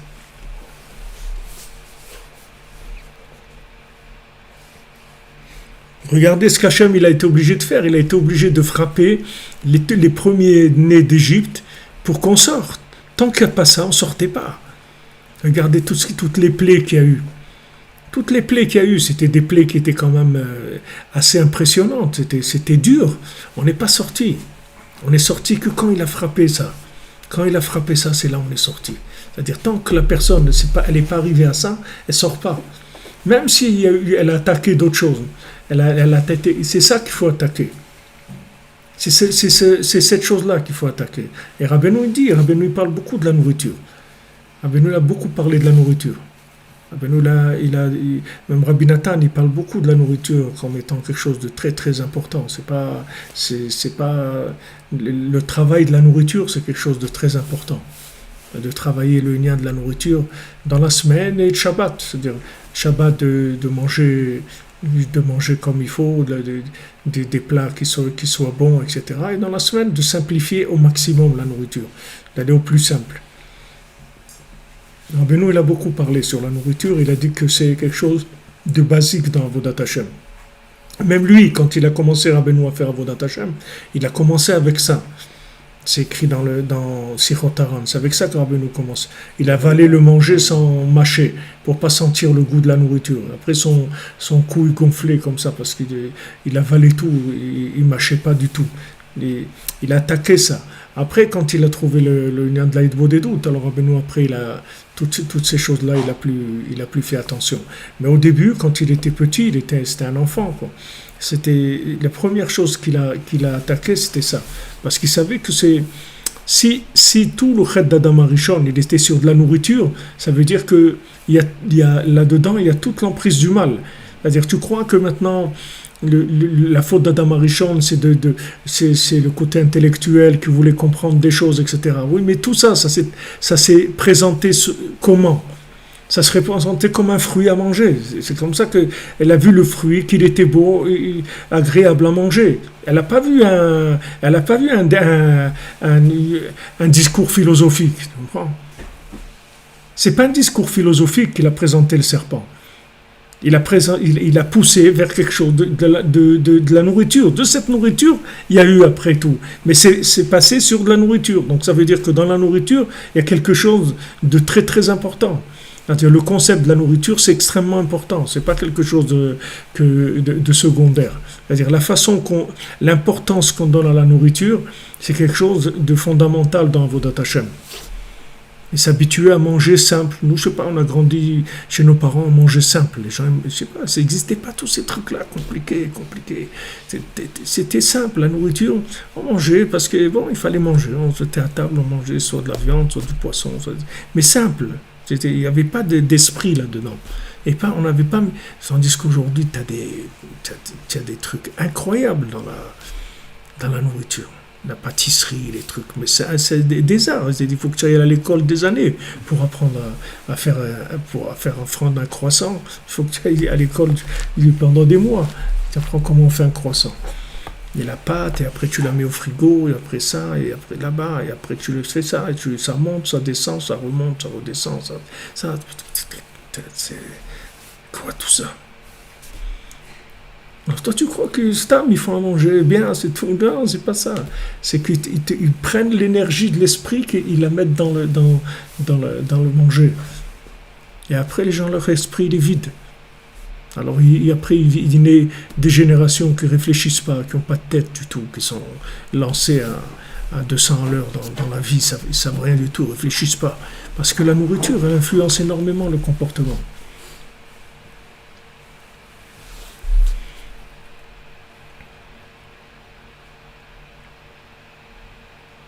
Ça veut dire que vous demandez qui a pris le péché de Adam et Ève. Ça veut dire qui est-ce qui a pris? Je ne comprends pas.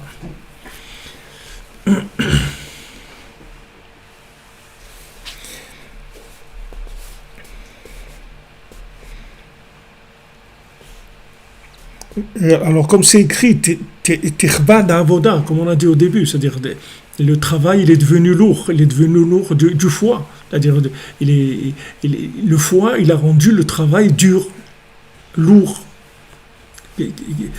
Comme quelqu'un, il va travailler, c'est lourd, c'est dur, c'est trucs. Les livraisons, elles se font pas, les trucs. L'autre, il n'a pas envoyé, l'autre, il a un truc.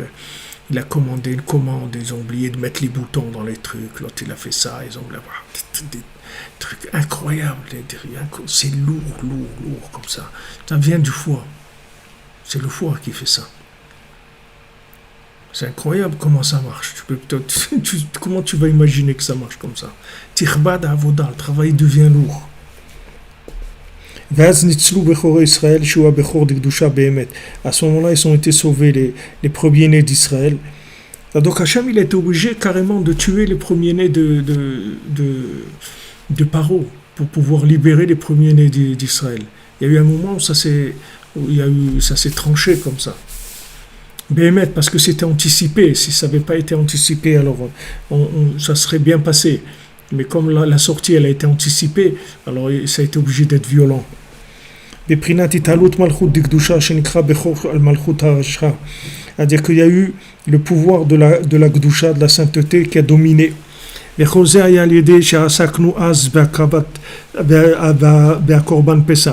Donc tout ça, c'est parce qu'en ce moment-là, on s'est occupé du Korban Pessah. Chez Oprinat Neder. Donc, qu'on avait dit que le Korban Pessah, c'était un neder, un vœu qu'on avait fait. Chez des Ezochim Leonek Shabbat.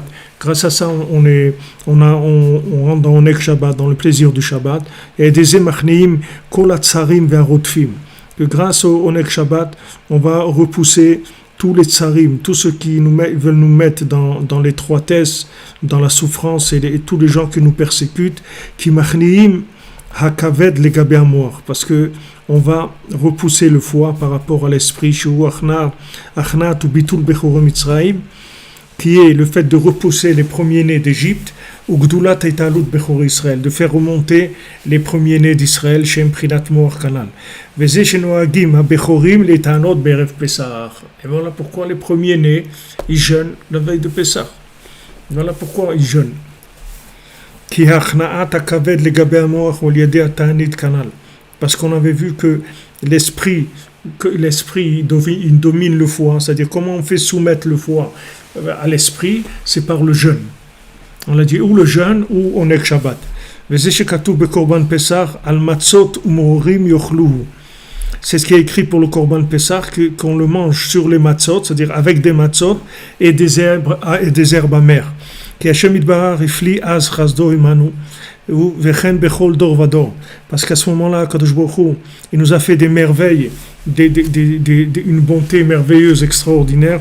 Et c'est comme ça dans chaque génération. C'est pas one upon the time. C'est pas once upon the time. C'est tout le temps.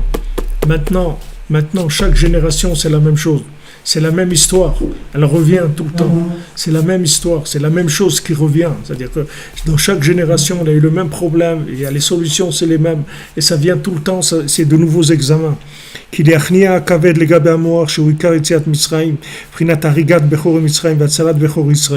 Parce que maintenant, de dominer le foie avec l'esprit, c'est-à-dire que l'esprit domine le foie, ça se fait par le jeûne, que ça repousse le foie par rapport à l'esprit. Mais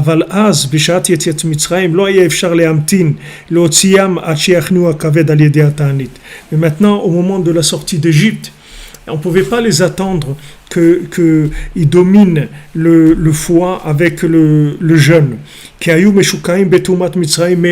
Parce qu'ils étaient énormément enfouis dans l'Égypte. Et si on voulait attendre jusqu'à ce qu'ils arrivent à dominer complètement l'impureté de l'Égypte, qui est le foie plein de sang, grâce au jeûne, ils seraient restés là-bas, ils n'auraient pas pu sortir. Hachem il les a sortis de façon extraordinaire. C'est-à-dire par le neder, c'est-à-dire qu'ils ont fait un vœu du Korban Pessah. Grâce à ça, on arrive au Oneg Shabbat, au plaisir de Shabbat, que c'est la nourriture sainte, donc vous voyez comment Hachem il a fait, c'est-à-dire qu'il est passé par l'autre chemin. Il n'est pas passé par le chemin de la boxe avec le Esav, c'est-à-dire voilà maintenant je veux jeûner et avec ça je vais couper les vivres à Esav. Il n'a pas fait ça du tout, il est passé par l'autre côté, par le côté du Oneg Shabbat, c'est-à-dire qu'il a boosté les mochines, il a mis le foie de côté et il a boosté les mochines, il a donné à l'esprit plus de force à l'esprit, avec le Oneg Shabbat, c'est-à-dire il a appuyé sur le Oneg Shabbat, et ça, le Oneg Shabbat, Beikar, c'est la matzah qu'on mange, c'est-à-dire qui est une nourriture d'un niveau très très élevé, c'est que du moach la matzah, c'est mamash. Tout le lien de la matzah, c'est mamash que du moach, c'est que de l'esprit. C'est kazaïd qu'on mange de matzah et tout, c'est que de l'esprit. Ça va donner une force mentale énorme. C'est-à-dire que Hachem, il a fait comme ça. Il a dit maintenant, puisque je vois que si j'attends que vous allez vous battre avec Esav, avec le foie, je ne vois pas quand vous allez arriver, vous êtes complètement enfouis dans l'Égypte, donc on va passer par un autre chemin. On va manger de la nourriture spéciale. C'est comme comment il s'appelle, Popeye là. C'est la même chose. C'est quand même le truc de Popeye, c'est la même chose. C'est le même principe, mais de l'esprit. C'est des épinards, comme des épinards, mais c'est l'esprit. C'est-à-dire qu'Hachem, il a dit, je vais vous donner à manger une nourriture spéciale, une nourriture très très spéciale, qui n'est pas du tout une nourriture humaine, c'est une nourriture divine, c'est comme de la manne, c'est une nourriture d'ange. Je vais vous faire manger de la nourriture des anges.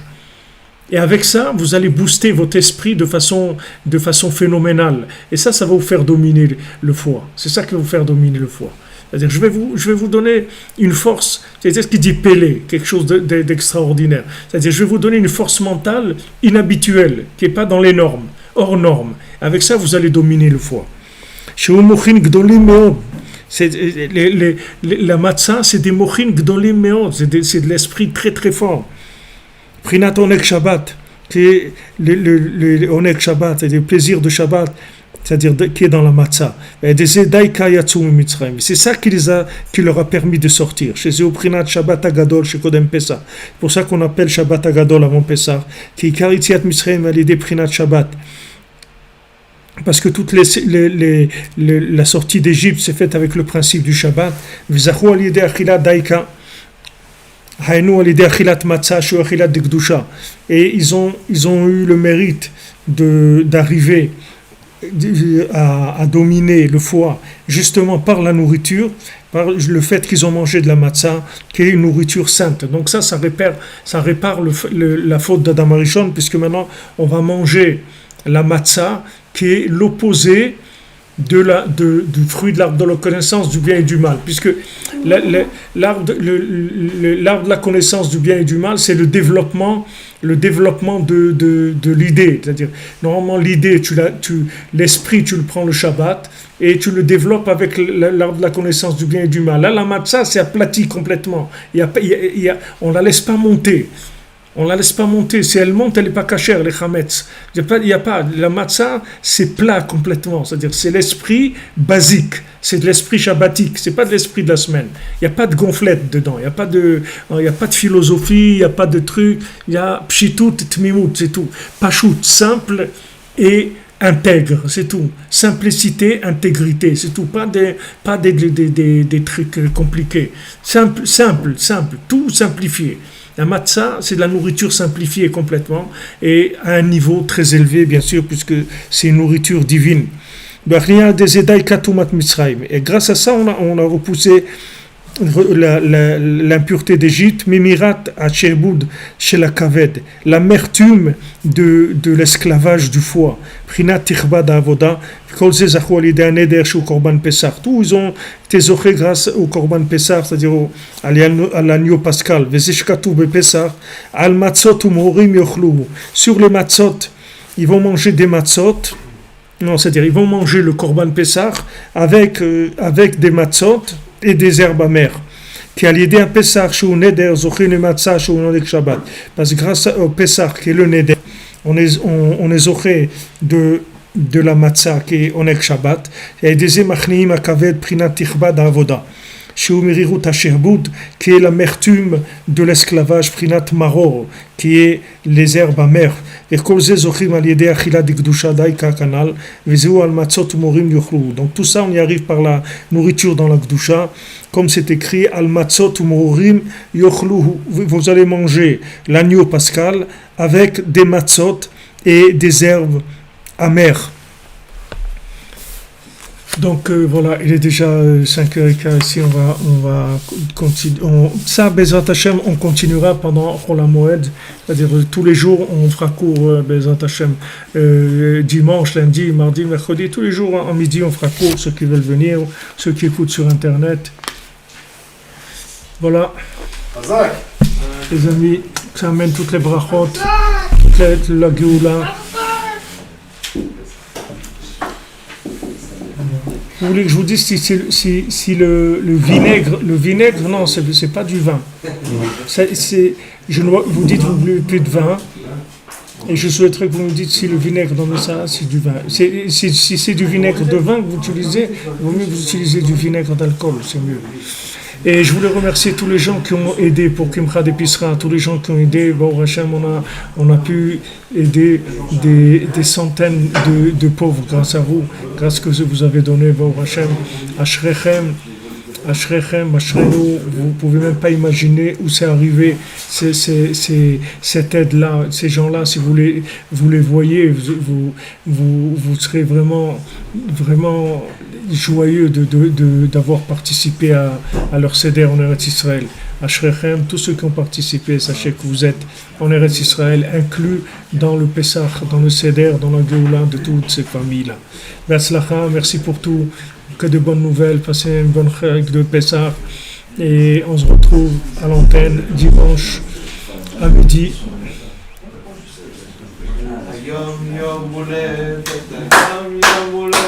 Ah, mais où est le gâteau d'anniversaire? Ah là là, ah là là. J'ai une bouteille d'or de Bocha là.